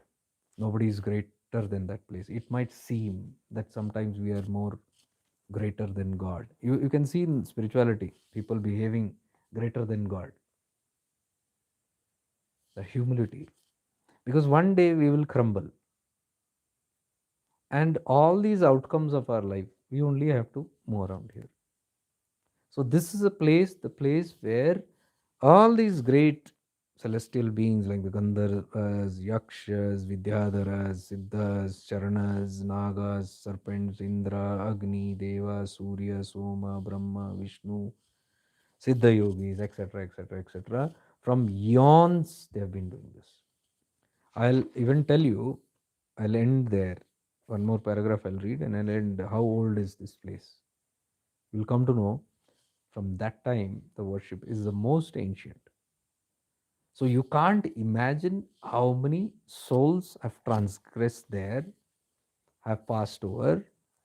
That plays the vibration of how many samadhis, jiva samadhis, how many rishis and all these celestial beings, both in the gross form, astral forms, were there, are there. It cannot be fathomed by these two eyes and indriyas. Awareness. Go deep into that awareness. That makes us humble. That makes us understand that this is an opportunity now to transcend, not to waste our time and life there, continuing doing what we have always been doing. The Lord of Arunagiri is capable of removing all the sins of those who merely see him and of fulfilling all the desires of those who worship him. So, this doesn't mean you look at Arunachala and all your sins will go. It means looking at Arunachala in the right spirit, like how Gauri is looking, how Gautama Rishi is looking, how Ramana is looking. In that manner, when you look, it has to definitely get rid of all the impurities. He is capable of granting liberation even to those who utter the word Arunachala from a distance. Even if you have not been to this place, but you are attracted to this place, you have a deep inner yearning and connection, and from any distance also, in the right perspective, right attitude, you call out Arunachala, grace will instantly hit you. Right mode, I'm saying, right attitude, right bhava. That's very important. It's not just merely just thinking. Many people think, okay, we go just have darshan of Arunachala, it will happen. It will impact. ऐसा नहीं है कि नहीं होता. It has power. Its aura will impact. But when you are doing it with deep awareness, there is a different result. It is well known that it is well known that what is called Arunadri is the embodiment of effulgence. Yogis meditate upon it and attain union with Shiva. Offerings, sacrifices, and japa made in its vicinities yield immeasurable results. Again, offerings, sacrifices, japa, whatever you do there, whichever process of meditate. But again, I'm telling you, right way, then it will definitely bring immeasurable results. In olden times, Brahma and Vishnu, who had come into existence from a tiny part of the effulgence of Shiva, had become egoistic and wishing to assert their supremacy, fought with each other. We have discussed this earlier, so I'm not going too much into that. Sadashiva, in order to destroy their pride, appeared in the midst as a blazing column of fire without beginning, middle, or end, illuminating the entire cosmos. So Sadashiva appears there. What is Sadashiva? You remember I told you about the Panchakrityas of Shiva? When the formless Shiva, unmanifest Shiva, takes a manifestation, the Pancha, the five attributes appear. And that first one is Brahma, second is Vishnu, third is Rudra, fourth is Maheshwara, Tirobhava, Mahesh, and fifth is Anugraha, Sadashiva. Here the word came, so I'm saying Sadashiva, in order to destroy their pride, appeared in the midst of the as a blazing column of fire without beginning, middle, or end. Because without beginning, he is everywhere. So just to destroy that ego, because Brahma felt I'm the greatest, I'm the creator. I can create whatever you want. How far can you go? You have limitation. The Shiva came to prove that. You're not greater than that creator. So the sustainer also, the one who sustains after creating, Vishnu. How far can you go? How far can you go on sustaining? How far can we sustain? One day, whatever we create, whatever we maintain, has to go. Because that's how the whole Srishti works, the whole scenario works. What did I say? Brahma, Vishnu, Rudra, the three aspects. And then the Tirobhava, what I explained, is Mahesha. And Anugraha Shakti, the grace by which we are ascending back, Anugraha Shakti is Sadashiva. Sadashiva, eternally there. This Sadashiva is eternally present. Grace is eternally present. Grace is present even in Brahma, Vishnu, Mahesh, Rudra. It is present in all. So Sadashiva, that is Sada means eternal. Now you can sing properly Sambhu Sadashiva. You'll have different emotion. Understanding it in the right manner. Sambhu Sadashiva, Sambhu Sadashiva, Harishambho. Harta hai, Shambho. Harta hai, what is Harta hai? That grace. It destroys the impurities. This Arunachala is that grace. Destroys the impurities. वो हरता है, हरना यानी कि वही. So we sing that song, Sambhu Sadashiva, Harshambhu. Praise, we praise you. You don't even have to sing. What in the end, what we do, we connect to that grace. Have you seen? We end always in grace, becoming aware of the grace in life. It means you're simply becoming aware of Sadashiva in life. One small para. Sadashiva, in order to destroy their pride, okay, he appeared as the column of light. They desired to ascertain what it was, so they assumed the forms of a swan and boar and proceeded toward the sky and the nether regions, respectively. Seeing them tired and distressed at being unable to find either the beginning or the end of the column of fire, Bhagwan, the embodiment of compassion, took pity on his children and emerged from the brilliant column with the intention of blessing them and granting them boons desired by them. Their pride now stood completely annihilated. At their request, Shiva took the form of the motionless hill known as Arunadri and also consented to abide there eternally in the form of a linga so that they and the other devotees could worship him as prescribed in the agamas. The effulgent linga in the form of the hill was duly worshipped by the previous 96 Brahmas, the creators of the world. So we'll stop here. And the meaning of this whole story of the whole Shiva appearing and teaching Brahma and Vishnu a lesson and they giving up their pride and surrendering. This I have done in previous session. Those who are seeing it for the first time may look into the previous episodes. You'll see it in detail. So I'm not repeating it. So here it says at their request. Now, Brahma and Vishnu, when they saw that their ego is destroyed and they are able to realize their ignorance, they say, now you be here. You take form here. You take some, form here so that you can remain here eternally and bless all the others also, so that they can worship you like we are able to worship you now. So, at their request, the light condensed itself into that hill. That is also science. If light intensity, the vibration frequency of the light is reduced, you can see it becomes vibration. Light becomes vibration. Now, vibration, when again reduced in intensity, it becomes matter.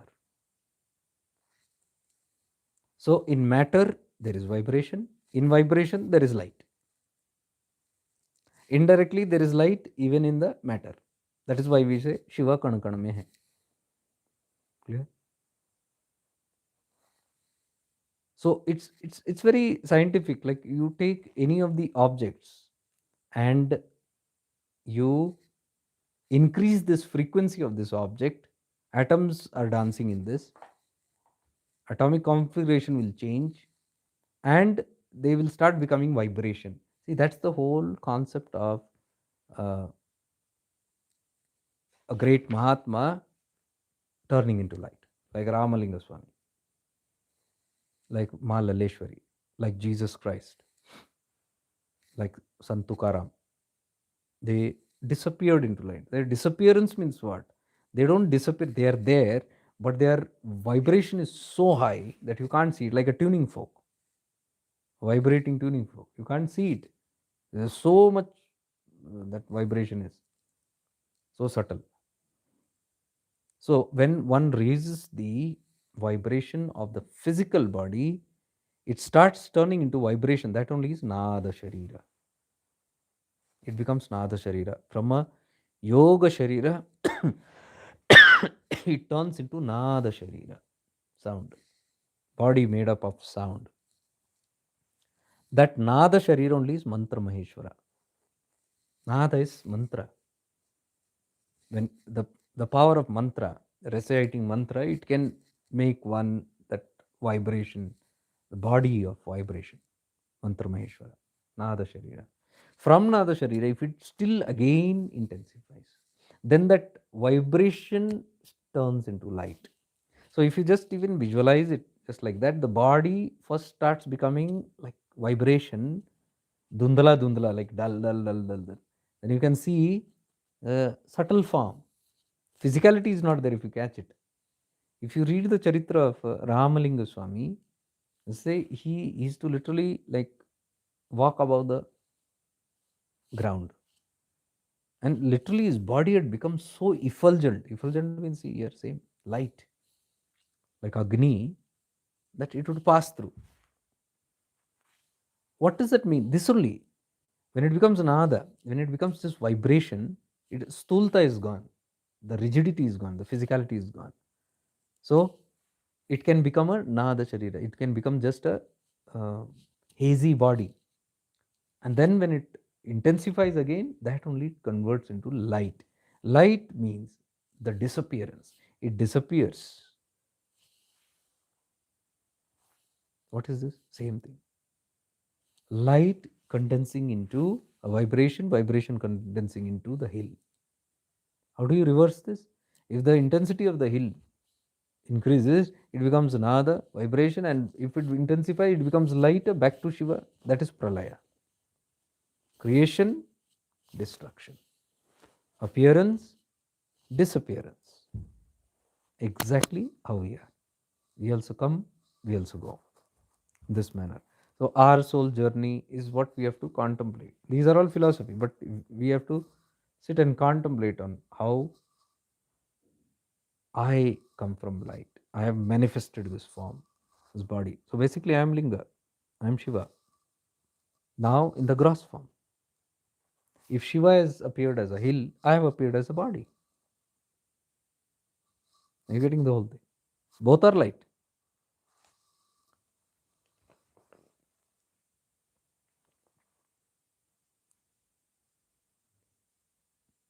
So, as per their request, he took the form of the motionless hill and he consented to abide there eternally in the form of Linga. So, he remains there as a condensed form. You can see many stories of saints when they are sitting, their gurus appearing as light into the room, and then suddenly their form appearing. You read their text very carefully, you'll see the same thing. First, something becoming hazy, and then a form appearing. Then, while disappearing, also it becomes hazy, and then same thing what we are explaining. So, that appearance and disappearance at the will of, there are incidents where we have heard of Mahatmas or great masters, like for example, Mahavatar Baba. Mahavatar Baba is a great example. I forgot to take his name. Mahavatar Baba converts into light. And even today, there are so many incidents where people say physically manifestations and all that. In even some books, they are there. So that possibility is, but that is not a common feature where we read a book and we say, I want to meet Mahavatar Baba. We all want to meet. But why would they appear? Is my vibration and intensity so much that I can pull that tattva into a physical form? The bhakta also needs to be that powerful to make the Lord appear, to make an ascended master appear. They will definitely not come because you have not won that lottery ticket. They will not come because you have a lot of family issues and court cases and you want to meet Mahavatar Baba. That's not that vibe. It's a very gross vibration with which we are asking that. The vibration, the seeking must be just none other, nothing other. That is mokshatva. Other than the Lord, nothing else is needed. Mirabai's bhakti, Lalleshwari's bhakti. Then only they can transcend that. So he consented to be there so that other devotees could worship him as prescribed in Agamas. So in the Agama Shastras, all the prescription is given of how to do worship to Shiva and all that. So because he is in the gross form, people like to worship in the gross form. So for them, he has done that. But Gautama Rishi, as you said, he has gone beyond that to the extremes of that Agama. Means he has worshipped the Lord with that intensity, the purest form mentioned in the Agamas, and he has transcended it. So this effulgent linga in the form of the hill was duly worshipped by previous 96 Brahmas, creators of the world. Now they have given in fine print here what is this 96 Brahmas. According to Hindu scriptures, after each dissolution of the universe, the creator Brahma merges with Sadashiva and the next in the lineage becomes the creator. So it's like the top rung which is there, it merges with Brahma. So below Brahma, what which was there, that comes there on top. The other one merges there. So you can see like a promotion, hierarchy promotion. So according to the Hindu scriptures, this has happened 96 times. Thus, what Gautama means is already 96 dissolutions had taken place. 96 times the Brahmas, as how they are relating it. See, you can see this coincides with the geological findings which put the core age of Arunachala as 3.8 billion years. That's how they are telling. If you calculate, you do your own calculations. 3.8 billion years. So that many, how many? 96 Brahmas have dissolved. You can say 96 times the whole play of creation and dissolution. It has happened. That's how they are relating it with 3.8 billion years. Arunachala is 3.8 billion years old. Himalayas is only 2.6 billion years old. It is said, even the geologists, when they study this place, some research done even by the governments there, the geologists found the stone of this Arunachala hill, the stones which are there, as old as the earth itself, as ancient as the earth itself. So that's how they are even scientifically connecting this, geologists having found this. In the 1970 excavations that was done in Tiruvannamalai, they revealed this Charnokite rock. Charnokite rock is 3.5 million years old. That rock. So geologists, when they study the rocks on Tiruvannamalai hill, Arunachala hill, they find it to have this component of Charnokite, the rock which was 3.5 billion years old. So studies also show that this has one of the ancient rocks in that manner. So Arunachala is like 3.8 billion years old. According to the limited study, these are all limited studies, God knows what all mysteries might be lying beyond all these things. So I think we will stop here. It also has connection. I don't know. Now these two, three things what I'm saying has no relevance, but I have come again and again in contact with these subjects like the Kumarikandam. Kumarikandam is the lost continent. Once upon a time, a very evolved continent, Kumarikandam in Jambudeep, which was there. Arunachala, this Tiruvannamalai is supposed to be that continent, the lost continent. This Kumarikandam only is not what you know as Lemurian civilization, Lemuria. Very, you Google Lemurian civilization and all that. So that only in ancient Indian uh, texts it is referred to as Kumarikandam. It is, I mean, it's not documented because these things cannot be documented. But there has been always talks, which I have been listening for many years, that this is that ancient civilization, supposed to be, believed to be, whatever. And the other thing that I've always listened to is the twin hill. There is another twin hill of Arunachala, which is supposed to be those who are our dear ones who are living in USA, especially the California areas. So there is Mount Shasta there. So that Mount Shasta is supposed to be the twin reflection of Arunachala. Two ends of the globe. One here, one here. These do not have any significant relevance. But these talks are there. And in some places you can see these things. Mount Shasta of California also is supposed to be the twin hill and two powerful hills in two ends of the world. So we'll stop it here. I'll make a marking here because it's still, the chapter is not over. But I took a little more time because I compensated for tomorrow. Tomorrow we are not having a session. We'll do the session day after tomorrow. That is on Wednesday, 9 p.m. And those who are asking whether a session will be there, all you need to do is just come to this channel. If there is a live, I already schedule it. You'll see the link hours before. Same link only will open up. It is scheduled to open up at 9. So you come to this channel all the time, you'll find it. Shifting into awareness. This on YouTube. And you'll also find the previous ones. In case you have missed anything, you can see this. You can save the playlist and all that if you are interested in this, and you'll continue. Let's become aware of the grace in our lives. Let's become aware of Arunachala.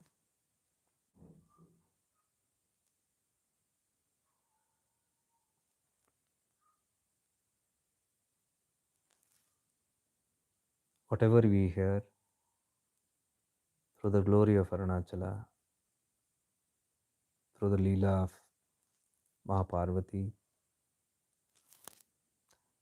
through the grace and narrations of Gautama Rishi,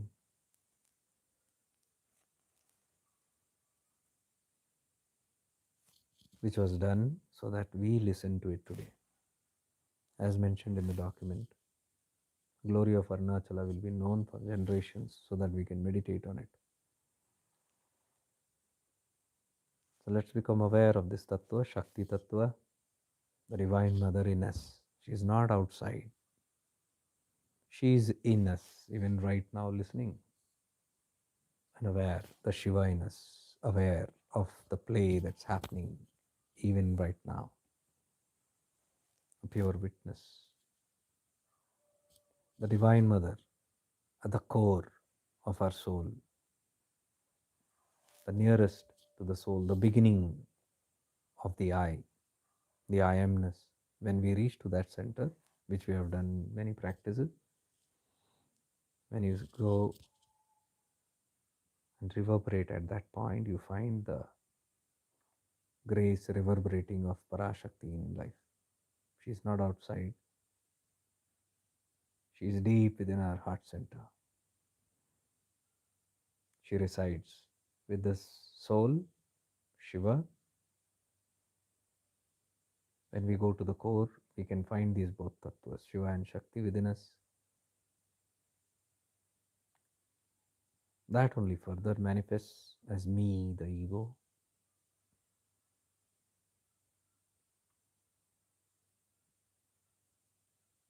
So I become aware of the grace of Sadashiva in my life,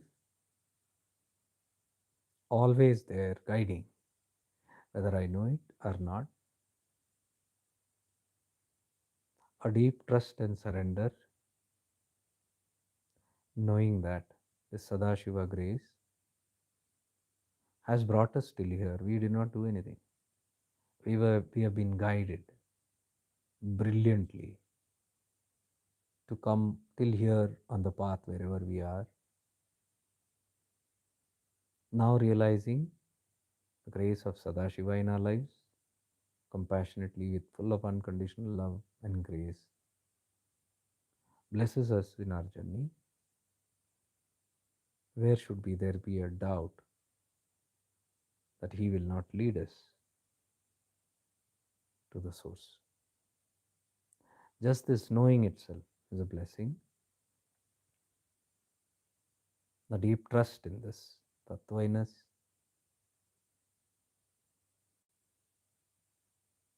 whenever we feel the space of what we are talking about right now, the presence of grace in our life, whenever we realize, stay with it, acknowledge it, bring out the feeling of gratitude towards it, surrender to it, worship it, have pure devotion to it, and the pure love towards it. That's the true worship. As mentioned in Bhagavan Ramana's teachings, the greatest tapas is this, abiding with the Lord within us.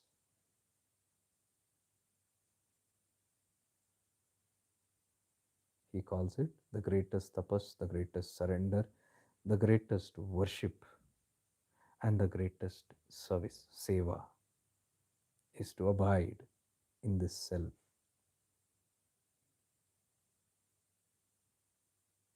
Become deeply aware of the grace of Sadashiva.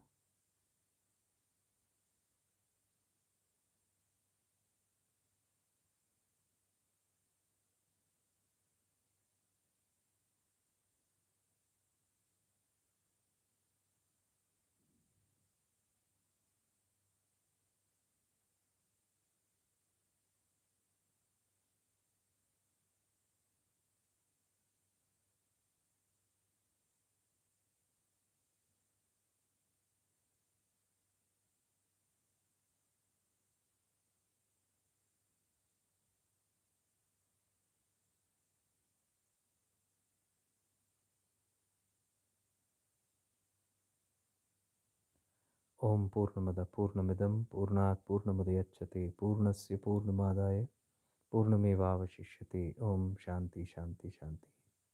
May we all be blessed. May we all evolve. May we all be free. Arunachala.